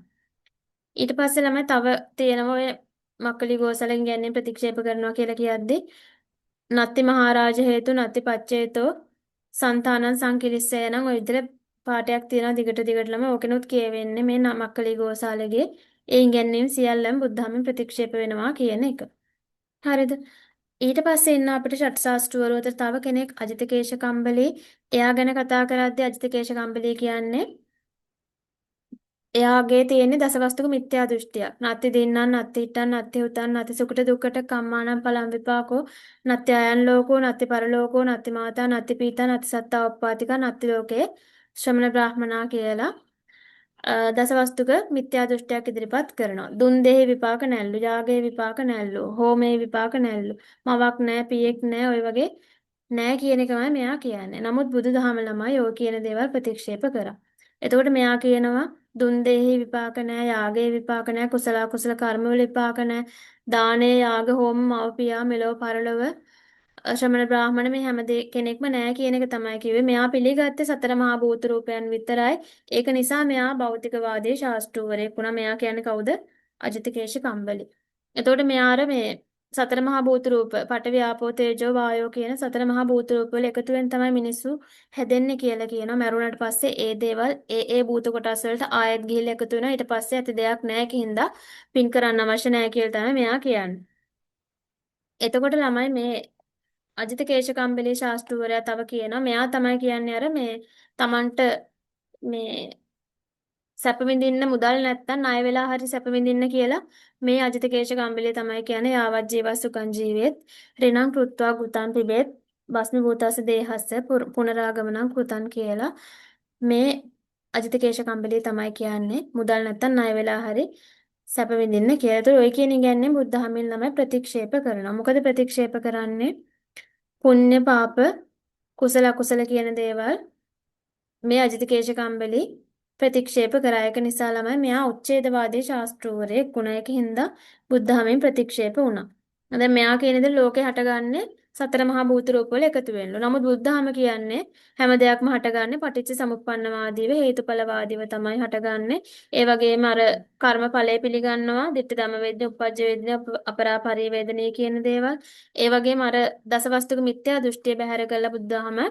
අර නති දින නත්තිට නත්ති හුතන් කියන දසවස්තුක මිත්‍යා දෘෂ්ටිය බැහැර කළා. ඒව නෑ කියලානේ මේ කවුද අජිතකේශ කම්බලේ කියන්නේ. නමුත් මේ බුදුරජාන් වහන්සේ කියනවා ඇත කියන එක අත්ති දින්නම් අත්ති ඉට්ටං අත්ති හුතං අත්ති සුකට දුක්කට කම්මානම් පලම් විපාකෝ අත්‍යයන් ලෝකෝ අත්ති පරලෝකෝ අත්ති මාතා අත්ති පීතා අති සත්තා උප්පාතික අති ලෝකේ ශ්‍රමණ බ්‍රාහ්මනා කියලා දසවස්තුක සම්මා දෘෂ්ටියක් තියෙනවා කියලා මහා චත්තාරිස සූත්‍රයේදී පෙන්නලා දීලා තියෙන අහන්න පුළුවන් MCQ වලට. ওই විදිහට ළමයි මේ අජිත කේශකම්බලි ශාස්ත්‍රවරයාගේ ඉගැන්වීම් බුද්ධහමෙන් ප්‍රතික්ෂේප කරනවා. එයත් අර දාන ආදී සත්ක්‍රියාවලට ඒ වගේ ඵල විපාක නැහැ කියලා කියන හින්දා බුද්ධහමෙන් මේ අජිත කේශකම්බලිගේ ඉගැන්වීමුත් ප්‍රතික්ෂේප කරලා දානවා. ඊට පස්සේ පකුද කච්චායන ඉන්නවා. පකුද කච්චායන කියලා කියන ළමයි ශාස්ත්‍රවාදී ශාස්ත්‍රවරයෙක්. මෙයා ළමයි මොකද්ද කරන්නේ? සියල්ල හටගත්තේ සත් පදාර්ථයකින් කියන මොනවා සත් පදාර්ථය? පඨවි ආපෝ තේජෝ වායෝ සුඛ දුක්ඛ ජීව කියලා සත් පදාර්ථයකින්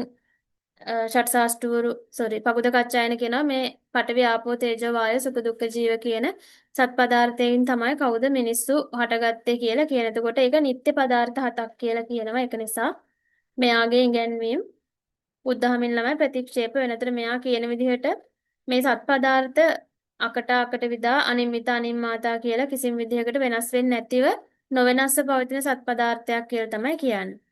එතකොට මේ පකුද කච්චායනෙත් කියනවා ළමයි තව කිසිම දෙයක නසන්නෙක් නසවන්නෙක් කරන්නෙක් කරවන්නෙක් ඝාතනය කරන්නෙක් එහෙම නැල්ලු. එයා කියන විදිහට යම්කිසි පුද්ගලයෙක් තව කෙනෙක්ගේ බෙල්ලක් කපනවා නම් පිහියක් අරගෙන ඒක සිද්ධ වෙන්නේ කොහොමද? ඒ හුදෙක් සප්තකාය අතරින් ඒ සැත විවරේ වැද ගැනීමක් විතර. ඒ කියන්නේ සැත කියන්නේ ආයුධය වෙල නිකම්ම බෙල්ල කැපිලා නිකම්ම වෙන් වෙලා ගියා. ඒකට කාගේවත් සම්බන්ධයක් නැහැ. ඒක අර ආයුධය විසින් එවිල්ලා විවරේ වැදගත් එක විතරයි උනේ. එහෙම නැතුව එතන ප්‍රාණඝාතයක් උනේ නැහැ කියලා තමයි මෙයා කියන්නේ. ඒකට ওই වගේ වුණොත් සමාජෙ මොනවා වේද? සමාජය ඊටම පරිහානියටපත් වෙන. ඒක නිසා බුද්ධාමයේ ඉගැන්වීම් ප්‍රතික්ෂේප කරා. මෙයා පිළිගත්තේ සත්පදාර්ථය විතරයි. ඒ සත්පදාර්ථය අතරින් අර යම්කිසි කෙනෙක් තව කෙනෙක් ඝාතනය කරනවා කියන්නේ කාගේ අතින්වත් වෙච්ච වැරැද්දක් නෙවෙයි. අර ආයුධයෙන් ගිහිල්ලා වෙච්ච වැරැද්දක් කියලා තමයි මෙයා කියන්නේ. එතකොට මෙයාගේ ඉගැන්වීම් ළමයි කිසිම වෙලාවක පිළිගන්න පුළුවන් ඉගැන්වීමක් නෙවෙයි. එතකොට මේ සත්පදාර්ථවාදී පකුද කච්චායන ළමයි නිත්‍ය අවිපරිණාමයේ ස්ථිර පැවැත්මක් ආරෝපණය කරලා තියෙන අර සත්පදාර්ථයට. එතකොට මෙයා ශාස්ත්‍රවාදියෙක් කියලා හඳුන්වනවා. අහන්න පුළුවන් MCQ වලට. එතකොට බුදුදහම ළමයි මෙයාගෙන් ගැනීම ප්‍රතික්ෂේප කරන්නේ ඇයි? මේ පකුද කච්චායන කියනවනේ අර යම්කිසි කෙනෙක් ඝාතනය කරද්දී සැතේ තමයි වැරද්ද කියලා. ඝාතනය කරන පුද්ගලයාගේ නෙමෙයි ඒක. එතකොට බුදුදහම කියනවා ක්‍රියාවේ වගකීම කරපු පුද්ගලයාම දරන්න ඕනේ. එහෙම නැතුව වෙන කවුරුත් ඒක වගකීම ගන්න. ඒක නිසා බැහැර කරන. එතකොට මේ පකුද කච්චායන ඉගැන්වීම් ඉගෙන ගත්තොත් එහෙම සමාජයට වෙන්නේ අවඩක් යහපතක් වෙන්නේ නැහැ. ඒක නිසා සමාජයේ ගැටලු නිර්මාණය වෙනවා, සමාජයේ දුරාචාරයටපත් වෙනවා, සමාජය පිරිහෙනවා. ඒක නිසා මේ ඉගැන්වීම් බුද්ධහමින් ප්‍රතික්ෂේප කරලා දැම්මා. ඊට පස්සේ ඉන්නවා සංජය බෙල්ලට්ටිපුත්ත. සංජය බෙල්ලට්ටිපුත්ත කියලා කියන්නේ සංශයවාදී සැකේ ඉදිරිපත් කරපු ශාස්ත්‍රූවරයෙක්. මෙයාගේ ළමයි කවුරු හරි වෙලා ප්‍රශ්නයක් ඇහුවොත් මෙයා හරියට උත්තරයක් දෙන්නේ නැහැ. හරියට උත්තරයක් දෙන්නේ නැහැ කියන්නේ මෙයාගෙන් අහන ප්‍රශ්න වලට මෙයා දෙන්නේ සැකේ මුල් කරගත්තු උත්තරයක් තමයි දෙන්නේ. සැකේ මුල් කරගත්තා කියන්නේ යම්කිසි කෙනෙක් මෙලොවක් පරලොවක් තියනවද ඇහුවොත් ඔයා මෙලොවක් තියනවා කියනවා නම් මං තියනවා කියලා කියනවා. නමුත් මං ඒක එහෙමයි කියලා කියන්නේ. ඔන්න ඔහොම ඊටාම පැටලිලි සහගත වචන හරබයක් තමයි සංජය බෙල්ලට්ටිපුත් ඉදිරිපත් කරේ. කොහොමුණත් සංජය බෙල්ලට්ටිපුත්තගේ ඉගැන්වීම් ගැන එයා අමරා වික්කේපවාදී කියලා බ්‍රහ්මජාල සූත්‍රයේ සඳහන් වෙනවා. එතකොට මෙයාගේ ඉගැන්වීම් ළමයි පංච නිෂේධනවාදයක් තියෙනවා. ඒ තමයි ඒවන් තීපිමෙනෝ තථාපිමෙනෝ අඤ්ඤතාපිමෙනෝ නොතිපිමෙනෝ නොතිපිමෙනෝ කියලා පංච නිෂේධනවාදයක් තියෙන එක සංජය බෙල්ලට්ටිපුත්තගේ. කොහොමුණත් මේ සංජය බෙල්ලට්ටිපුත්ත කියලා කියන්නේ මහජනයා වික්ෂිප්තියට පත් කරන ශාස්ත්‍රූවරයෙක්. ඒක නිසා තමයි මෙයාගේ ඉගැන්වීම් අමරා වික්කේපවාදී සංශයවාදී කියලා කියන්නේ. කොහොමුණත් මෙයාගෙන් ළමයි යම්කිසි කෙනෙක් ප්‍රශ්නයක් ඇහුවොත් එහෙම ඒකට හරි උත්තරයක් දෙන්නේ අර ආන්දෙක් වගේ ලිස්සලා යනවා. හරි උත්තරයක් දෙන්නෙම නැහැ. ඒක නිසා මෙයා මේ ප්‍රශ්න වලට උත්තර නොදී සිටීමට හේතු කාරණා හතරක් බුද්ධහම පෙන්නලා දීලා තියෙනවා. මෙයා හරියට උත්තරයක් දෙන්නේ නැත්තේ මෙයා Taman දෙන උත්තරය අපි හිතමු දැන් සංජයගෙන් කවුරු හරි ප්‍රශ්නයක් ඇහුවොත් එහෙම පරලොවක් තියෙනවද කියලා මෙයා හරියටම කිව්වොත් තියෙනවා කියලා ඒක වරදින්නත් පුළුවන්.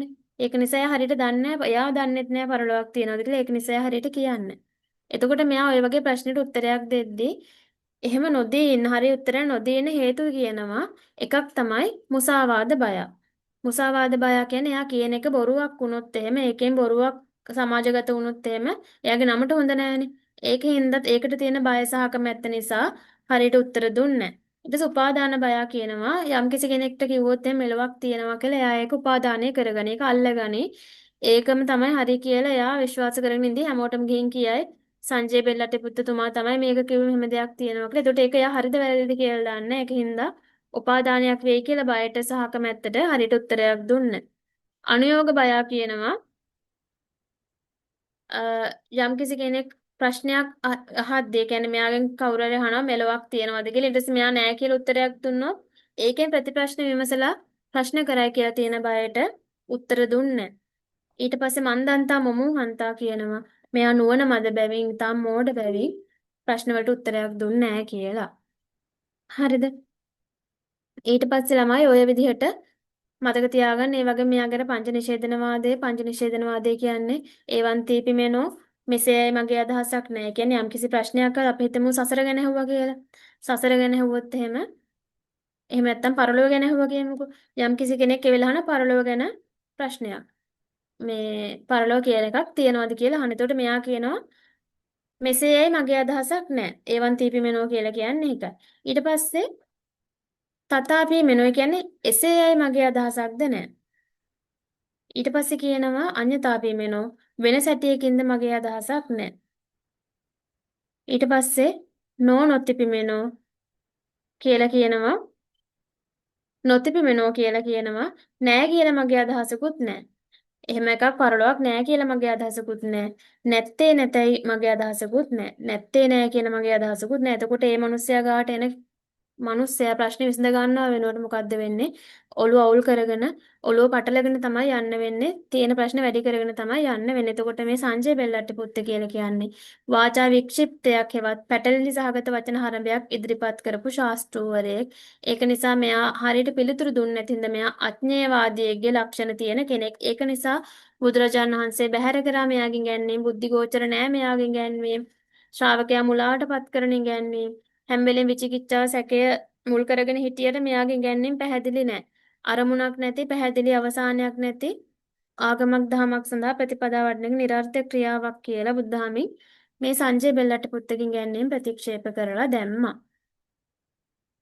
ඊට පස්සේ ළමයි අවසානින් වන ෂට්ශාස්ත්‍රවරුන්ගෙන් කිරියවාදී ශාස්ත්‍රූවරයා මෙයා තමයි කිරියවාදී ශාස්ත්‍රූවරයා. ක්‍රියාවාදී කියන්නේ මෙයා පින්පව් කුසල අකුසල් පිළිගත්තා. නිගණ්ඨනාථ පුත්ත කියන්නේ ළමයි මේ කර්මය දැඩිසේ පිළිගත්ත ශාස්තෘවරයෙක්. ඕනෝට වඩා කර්මය විශ්වාස කරා. මෙයා කියනවා සියල්ල සිද්ධ වෙන්නේ පෙර කරන ලද කර්මයට අනුව. ඒක නිසා අතීත කර්ම ෂය කරලා වර්තමානයේ කර්ම රැස් කරන්නේ නැතුව ඉන්න ඕනි කියලා. නිගණ්ඨනාථ පුත්තතුමා කියන මෙයාට කියන තව නම් තියෙනවා ජෛන මහාවීර කියනවා. නිගණ්ඨනාථ පුත්ත කියලා කියනවා. 24 වන තීර්ථාංකර කියලා කියනවා. වර්ධමාන මහාවීර කියලා කියනවා. මේ ඔක්කොම කියන්නේ මෙයාටම තමයි. එතකොට මෙයාගේ ප්‍රධාන ඉගැන්වීමක් තියෙනවා චතුයාම සංවරවාදය කියලා. චතුයාම සංවරවාදය තමයි සබ්බවාරේ වාරිතෝ, සබ්බවාරේ යුතෝ, සබ්බවාරේ දුතෝ, සබ්බවාරේ පුටෝ. සබ්බවාරේ වාරිතෝ, සබ්බවාරේ යුතෝ, සබ්බවාරේ දුතෝ, සබ්බවාරේ පුටෝ. සබ්බවාරේ වාරිතෝ කියන සියලු ඇල්දීම් වැළකීම. ඊට පස්සේ සබ්බවාරේ යුතෝ කියනවා සියලු සංවරයෙන් යුක්ත වීම. සබ්බවාරේ දුතෝත් කියනවා සියලුම පව් වලින් වළකාලීම. සබ්බවාරේ පුටෝ කියන මෝක්ෂය ස්පර්ශ කිරීම. මේ තමයි මෙයාගේ චතුයාම සංවරය. ඊට පස්සේ මෙයා පුබ්බේගත හේතුවාදී. ඒ කියන්නේ මෙයා කියනවා හැම දෙයක්ම සිද්ධ වෙන්නේ පෙර කරන ලද කර්මයට අනුව. එහෙම කියලා මෙයාලා අතීත කර්ම ෂය කරන්න කියලා ළමයි ශරීරයට අනේක විද දුක් දෙනවා. ශරීරයට ළමයි මේ දුක් දෙනවා කියන්නේ ඔය කටු මැස්සේ සැතපීම. කටු වලින් හදපු මැස්සක නිර්වස්ත්‍රව සැතපෙනවා. ඊට පස්සේ පංචතාපය. රත් වෙච්ච ගල් පර්වතයක් දවල් 12ට වගේ රත් වෙච්ච ගල් පර්වතයකට ගිහිල්ලා ඒක උඩ හතර කොනේ ගිනි දැල්වලා ඊට පස්සේ ඒකට උණු වතුරත් වක් කරලා මේ නිර්වස්ත්‍රයකට සැතපෙනවා. ඒ ශරීරයට දුක් දෙන අතීත කර්ම ෂය කරන්න කියලා. ඊට පස්සේ තව මේගොල්ලෝ කරනවා මේ වෘත සමාදානය. එක එක සත්තු වගේ බල්ලෝ වගේ ඉන්නවා හැසිරෙනවා බල්ලෝ වගේ කනවා බොනවා ඇවිදිනවා ඊට පස්සේ එළුවෝ වගේ හැසිරෙනවා කුකුල්ලෝ වගේ හැසිරෙනවා ඔය විදිහට සත්තු වගේ හැසිරෙනවා. ඒ විදිහට මෙයාලා ශරීරයට අධික දුක් දුන්න මොනවා නිසාද අතීත කර්ම ෂය කරන්න කියලා හිතාගෙන. එතකොට මේ මෙයාලගේ නිගණ්ඨනාථ පුත්තගේ තිබුණ ළමයි කාය දණ්ඩ වාදය වචී දණ්ඩේ මනෝ දණ්ඩේ කියලා ප්‍රධාන කාය දණ්ඩ වාදයක් තිබ්බා. එතකොට මේකේ ළමයි කයට තමයි ඒගොල්ලෝ මූලිකත්වයක් දුන්නේ. එතකොට මේ නිගණ්ඨනාථ පුත්ත තමයි කියන්නේ සංක්‍රමික ආත්මයක් තියෙනවා කියලා පිළිගත්ත නිගණ්ඨනාථ පුත්ත. නමුත් බුද්ධාමෙන් මෙයාගේ ගැන්වීම ප්‍රතික්ෂේප කරා අයියේ අනිත්‍ය දුක්ඛ අනාත්ම කියන සිද්ධාන්තයෙන් අර නිත්‍ය ආත්මයක් තියෙනවා කියන පදාර්ථය බැහැර කරනවා. ඒක නිසා ඒ ගැනීම ප්‍රතික්ෂේප කරා. අර චතුයාම සංවරය, පරම අවිහිංසාවාදය, ওই දේවල් ළමයි ගත්තාම මෙයාලා ඕනවට වඩා අවිහිංසාවාදී. ඕනවට වඩා කර්මයේ විශ්වාස කරා. ඕනවට වඩා අවිහිංසාවාදී කියන්නේ මේගොල්ලෝ අර මේ ඊටා කුඩා ශුද්‍ර ජීවියා ගැන වුණත් හිතනවා. ඒක නිසා මෙයාලා පාරේ ගමන් කරනකොට ළමයි මග දෙපස අතුගාමින් තමයි ගමන් කරේ. පාර දිගට අතුගගා යන ඒවා ප්‍රායෝගික නැණි කරන්න බෑ කියන්නේ පයට බෑගල චූටි චූටි සත්තු මැරෙයි කියලා මග දෙපස අතුගාමින් ගමන් කරා. තදින් හමන හුළඟට අහුවෙන්නේ නැහැ. ඇඟේ ඉන්න උකුණෝ මකුණෝ මේ ශුද්‍ර ජීවීන් හුළඟට ගහගෙන යයි කියලා තදින් හමන හුළඟට අහුවෙන්නේ නැහැ මේගොල්ලෝ. ඊට පස්සේ කතා කරනකොට කටට මේ ලේන්සුවක් තියාගෙන තමයි කතා කරන්නේ. මොකක් හරි රෙදි කෑල්ලක් තියාගෙන කතා කරන්නේ. ඇයි ඒ? තමන් අර අපි කතා කරනකොට මේ එක එක විදිහට කතා කරද්දී කට ඇතුළට මේ වාතාශ්‍රේණ ශුද්‍ර ජීවීන් ගමන් කරයි. ඊට පස්සේ යාළ මැරෙයි කියලා බයට හරියට එහෙම කතා කරන්නේ නැහැ. ඊට පස්සේ ගංගා ඇලදොලවල් තරණය කරන්නේ. අලබතල වර්ග අනුභව කරන්නේ. ඒවා ගලවද්දී සත්තු මැරෙනවා කියලා. පාරේ යනකොට මග දෙපස අතු ගගා තමයි ගමන් කරන්නේ. ওই විදිහට මේගොල්ලෝ ඊටාම අවිහිංසාවාදී වෙනවා. ඒකට ඒවා සාමාන්‍යයෙන් ප්‍රායෝගික නැහැ. ඒක නිසා බුද්ධාමයෙන් ප්‍රතික්ෂේප කරනවා. බුද්ධාම අවිහිංසාවාදී තමයි. නමුත් ඔය වගේ අවිහිංසාවාදීව මිනිස්සුන්ට ක්‍රියා කරන්න බෑ. මොකද ශුද්‍ර ජීවියා ගැන වුණත් මෙයාලා හිතන ඕනට වඩා හිතනවා. කර්මය ගැන ඕනට වඩා විශ්වාස කරනවා. ඒ කියන්නේ සියල්ල සිද්ධ වෙන්නේ පෙර කරන ලද කර්මයෙන් කියලා කියන එහෙම කියලා අපි හිටියොත් එහෙම හරි අපිට මේ හැමදේම සිද්ධ වෙලා තියෙන පෙර කරන ලද කර්මය නිසා තමයි කියලා හිටියොත් හොඳට තියේ. එතකොට ඒ විදිහට මේ කරලා හරියන්නේ නැහැ. ඒක නිසා බුද්ධාමයෙන් ප්‍රතික්ෂේප කරනවා මේ නිගණ්ඨනාථ පුත්තගේ ඉගැන්වීම. ඊට පස්සේ ළමයි මේ තව නිගණ්ඨනාථ පුත්තගේ ඉගැන්වීම් ප්‍රතික්ෂේප කරනවා. අත්තිකිලමතානුයෝගයෙන් මෙයාලා මේ අනුගමනය කරන ශරීරයට අධිකසේ දුක් දුන්නා. එතකොට බුද්ධහම ප්‍රතික්ෂේප කරනවා මධ්‍යම ප්‍රතිපදාව තමයි බුද්ධහම මේ පිළිගන්න එක නිසා දුක්ඛෝ අනරියෝ අත්ථ සංහිතෝ කියලා අර අත්ථ කෙලමතානුයෝගේ බැහැර කරන බුද්ධහම පිළිගත්තේ මධ්‍යම ප්‍රතිපදාව එහෙම නැත්නම් මැදුම් පිළිවෙත. ওই විදිහට නිගණ්ඨනාථ පුත්තගේ ඉගැන්වීමුත් පැහැර කරලා දැම්මා. ඊට පස්සේ ළමයි බලන්න ශ්‍රමණ සංස්කෘතිය අනන්‍යතා ලක්ෂණ කියලා මාතෘකාවක් තියෙනවා.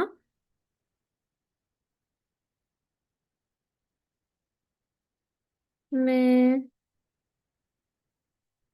ශ්‍රමණ සංස්කෘතිය අනන්‍යතා ලක්ෂණ තියෙනවා. එතකොට එතනදී මතක තියාගන්න ශ්‍රමණ සම්ප්‍රදාය කියලා කියන්නේ මේ බ්‍රාහ්මණ ඉගැන්වීම් වලට විරුද්ධව නැගී හිටපු කටයුතු සත්‍ය හා ලෝකයේ පිළිබඳ ඊශ්වර නිර්මාණවාදය බැහැර කරා වේදේ පරම සත්‍ය විදිහට පිළිගත්ත මේ බ්‍රාහ්මණ ඉගැන්වීම් බැහැර කරා ඊට පස්සේ ලෞකික ලෝකෝත්තර සැප පිණිස තිබිච්ච ඒ යාගය බැහැර කරා ශ්‍රමණ සම්ප්‍රදාය කාන්තාවන්ට නිදහස මේ ලබා දුන්න ශ්‍රමණ සම්ප්‍රදාය. ඒකට ඒ දේවල් මතක තියාගන්න බ්‍රහ්මචර්යාව අනගාരിക ප්‍රතිපදාව ඔය දේවල් පිළිගත්තා නිදහස් චින්තනයට ගරු කරා ওই දේවල් ශ්‍රමණ සම්ප්‍රදාය අනන්ත ලක්ෂණ. ඒත් බ්‍රාහ්මණ සම්ප්‍රදාය කියන්නේ ඒවට ප්‍රතිවිරුද්ධ දේවල්. සත්වයහ ලෝකයේ පිළිබඳ ඊශ්වර නිර්මාණවාදය පිළිගත්තා. ඊට පස්සේ ඔය අපිට ගන්න පුළුවන් වර්ණ ධර්ම, සධර්ම, ආපත් ධර්ම, ආශ්‍රම ධර්ම මේ දේවල් පිළිගත්තා. ඊට පස්සේ යාගයේ පුද සත්කාර ගීතිකා ඔය දේවල් බ්‍රාහ්මණය පිළිගත්තා. එතකොට ওই දේවල් ගන්න පුළුවන් බ්‍රාහ්මණ සංස්කෘතියේ අනන්ත ලක්ෂණ වලට. ওই ටික තමයි ළමයි. එතකොට ශ්‍රමණ සම්ප්‍රදාය ගැන අපිට කතා කරන්න තියෙන්නේ. ඊට පස්සේ අපිට මේ පළවෙනි පාඩමටම අදාළ තමයි තියෙනවා තව 12 මහා ජනපද රාජාණ්ඩු සමූහාණ්ඩු ඊට පස්සේ වාණිජකරණය නාගරීකරණය ගැන කතා කරන්න තියෙන. එතකොට ওই ටිකත් එක්කම ළමයි කතා කරන්න ඕනේ. මේ 12 වසරට අදාළ සියලුම ටික කතා කරන්න ඕනේ. දැන් මෙතන ටිකක් සාමාන්‍ය වැඩිපුර කොටසක් අපි කතා කරලා ඉවර කරා. මොකද පළවෙනි පාඩමේ තමයි එච්චර ගොඩක් තියෙන. අනිත් පාඩම් වල එච්චර ගොඩක් නැහැ කතා කරන්න.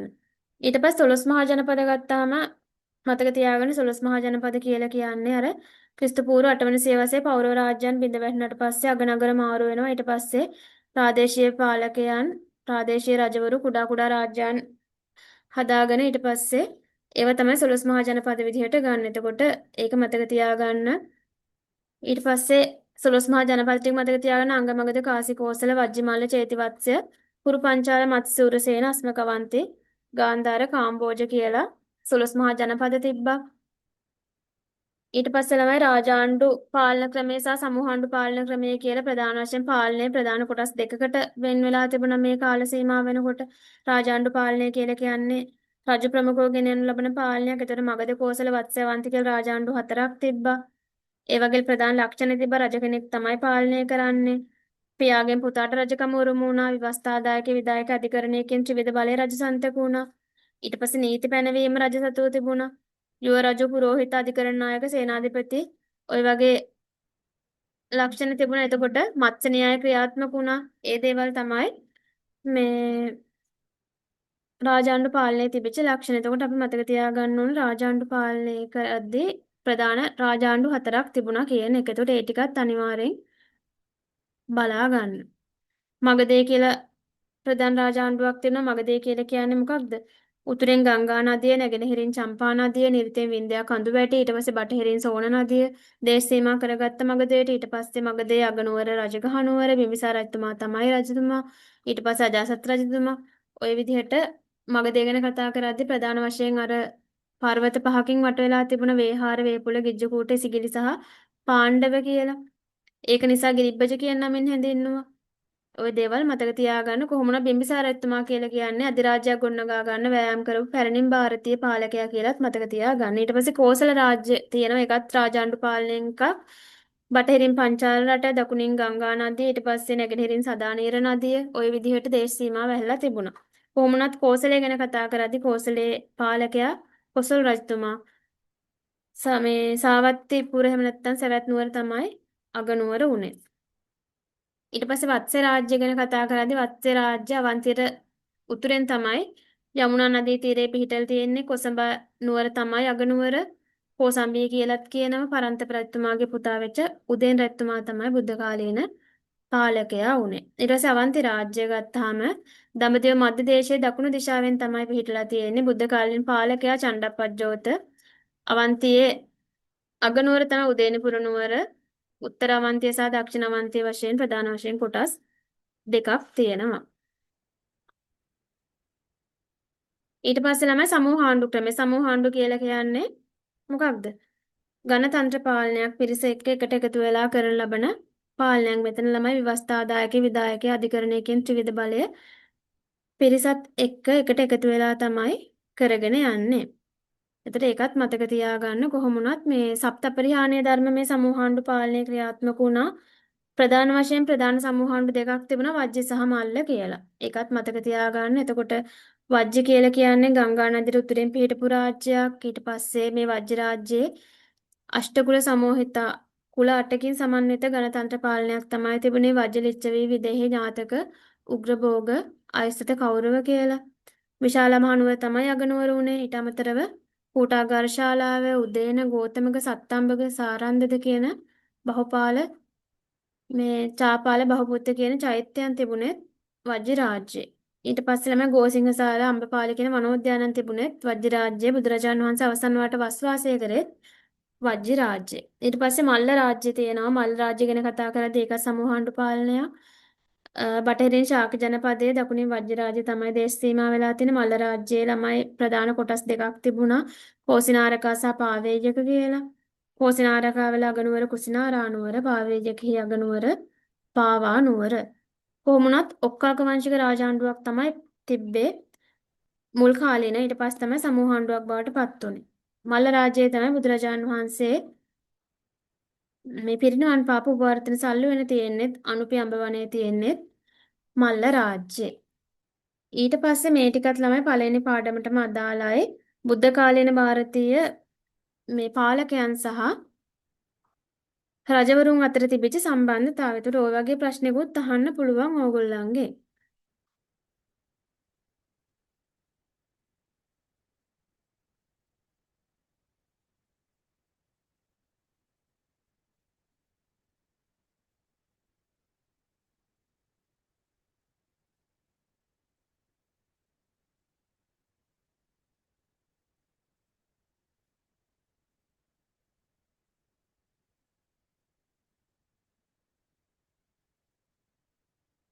හරි. ඊට පස්සේ බලන්න බුද්ධ කාලීන ಭಾರತೀಯ පාලකයන් හා බුදුරජාන් වහන්සේ අතර පැවති සම්බන්ධතාවය ගැන කතා කරනවා. එතකොට බිම්බිසාර රජතුමායි බුදුරජාන් වහන්සේ අතර සම්බන්ධතා තිබුණා. ඒතර මගධේ පාලකයානේ බිම්බිසාර රජතුමා. එතකොට බුදුරජාන් වහන්සේ අතර කුඩා කාලේ ඉඳන් මිත්‍රත්වයක් තිබුණා බිම්බිසාර රජතුමාගේ බුදුරජාණන් වහන්සේ. ඒක මතක තියාගන්න. ඊට පස්සේ බුදුරජාන් වහන්සේ බිම්බිසාර රජතුමාට ධර්මයේ දේශනා කරන්න මගධට වැඩම කරා කියන එක සම්බන්ධතාවයක්. ඊට පස්සේ තිරෝකුඩ සූත්‍රය දේශනා කරා බිම්බිසාර රජතුමා වෙනුවෙන්. බිම්බිසාර රජතුමා වේළුවන උයන හදලා පූජා කරා. වේළුවනාරාම උයන ආරාමයක් හදලා පූජා කරා බුදුරජාණන් වහන්සේට. ඒක ප්‍රථම ආරාම පූජා. ඒක ගන්න පුළුවන් සම්බන්ධතාවයට. ඊට පස්සේ බිම්බිසාර රජතුමාගේ ඉල්ලීම මත රාජභටයන් පැවිදි නොකරන්න කියලා අනුදැන වදාරා. ඊට පස්සේ උපෝසත කර්මය අනුදැන වදාලා බිම්බිසාර රජතුමාගේ ඉල්ලීමට අදත්තා දාන පරාජිකා පැනවුවා. ওই දේවල් මගධේ සහ බුදුරජාණන් වහන්සේ අතර තිබෙන සම්බන්ධතාවයට ගන්න පුළුවන්. ඊට අමතරව සාමාන්‍ය ඵල සූත්‍රය අජාසත් රජතුමා ආරම්භය දේශනා කරා. ඊට පස්සේ සුනීත සහ වත්සකාර ඇමතිවරු උපදෙස් ලබා ගන්න මේ බුදුරජාණන් වහන්සේ ළඟට යොමු කරන්නේ අජාසත් රජතුමා. ඒක ගන්න පුළුවන් මගධේ සහ බුදුරජාණන් වහන්සේ අතර තිබෙන සම්බන්ධතාවයට.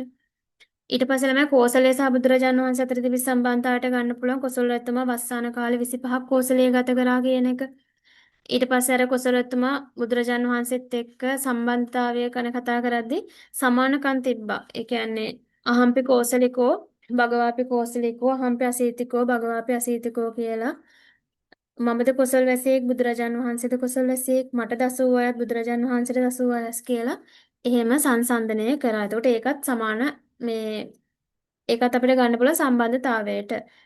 ආය කොසල් රජතුමා ආරම්භය සූත්‍ර දේශනා ගොඩක් දේශනා කළා තියෙනවා. කොසල් රජතුමා කියලා කියන්නේ බුදුරජාණන් වහන්සේ නිතර හම්බ වෙන කෙනෙක්, නිතර ධර්ම සාකච්ඡා කරන කෙනෙක්.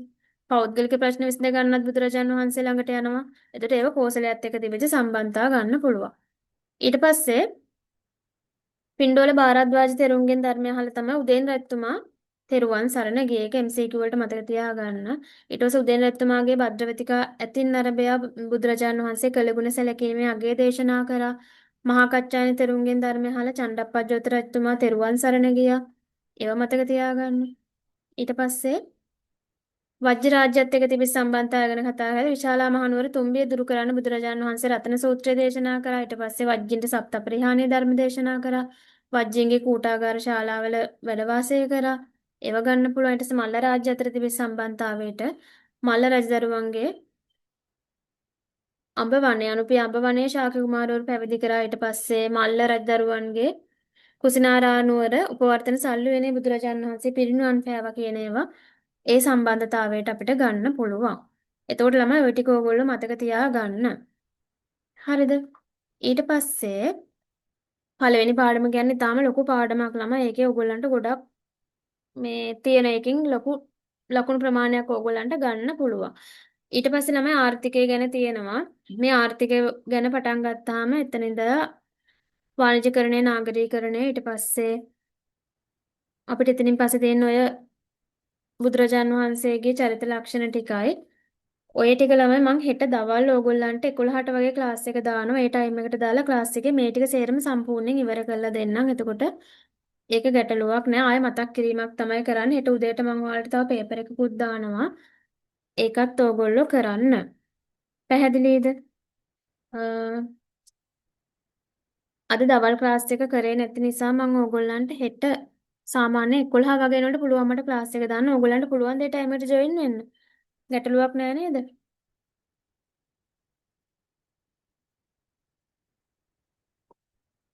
මේ දවස් ටිකේ වෙන මොකුත් ක්ලාසස් නැති හින්දා ජොයින් වෙන්න පුළුවන් නේද? ඊට පස්සේ ළමයි ඔයාලට මොන හරි ඔය තියෙන ප්‍රශ්න ගැටලු ටික දැම්මම දාලා තියන්න ගෲප් එකට. දැන් ක්ලාස් එක ඉවරුනාට පස්සේ ඔයගොල්ලෝ දාලා තියන්න. එතකොට මම බලන්නම් එතන මොනවද තියෙන ප්‍රශ්න ගැටලු ටික කියලා බලලා මම ඔයගොල්ලන්ට ඒකට රිප්ලයි එකක් දාන්නම්. හෙට ඔයාලට 11ට ළමයි ක්ලාස් එක කරන මෙතනින් එහා ඉතුරු ටික හෙට මම ඕගොල්ලන්ට සාකච්ඡා කරලා දෙන්නම්. ඊට පස්සේ හෙට රැයට අපි 13 වසරට අදාළ ටික සාකච්ඡා කරමු.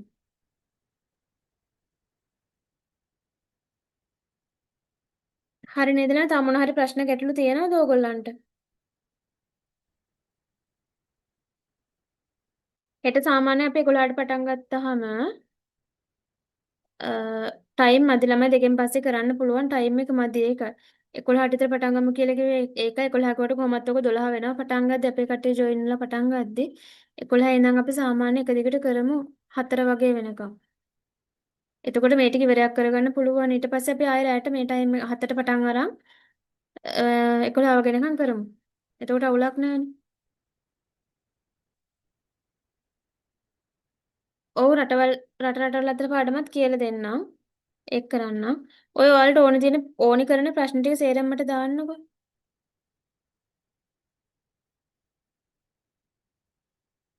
ප්‍රශ්න ටික සේරම මට ගෲප් එකට දාලා තියන්න. කාන්තාවගෙන ප්‍රශ්නට උත්තරයකුත් දෙන්න.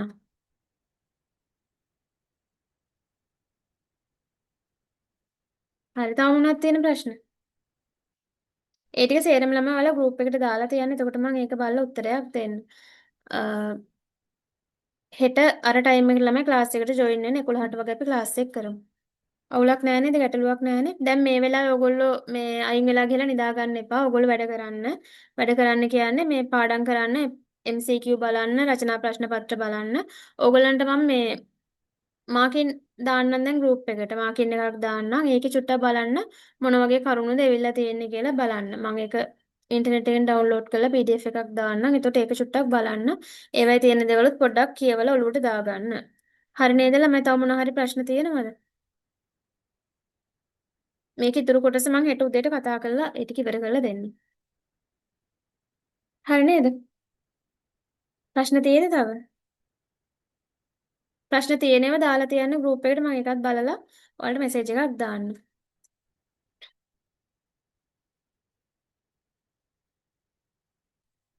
ලියන ප්‍රශ්න ළමයි පේපර්ස් දාලා තියෙන ගෲප් එකට ඒව කරන්න.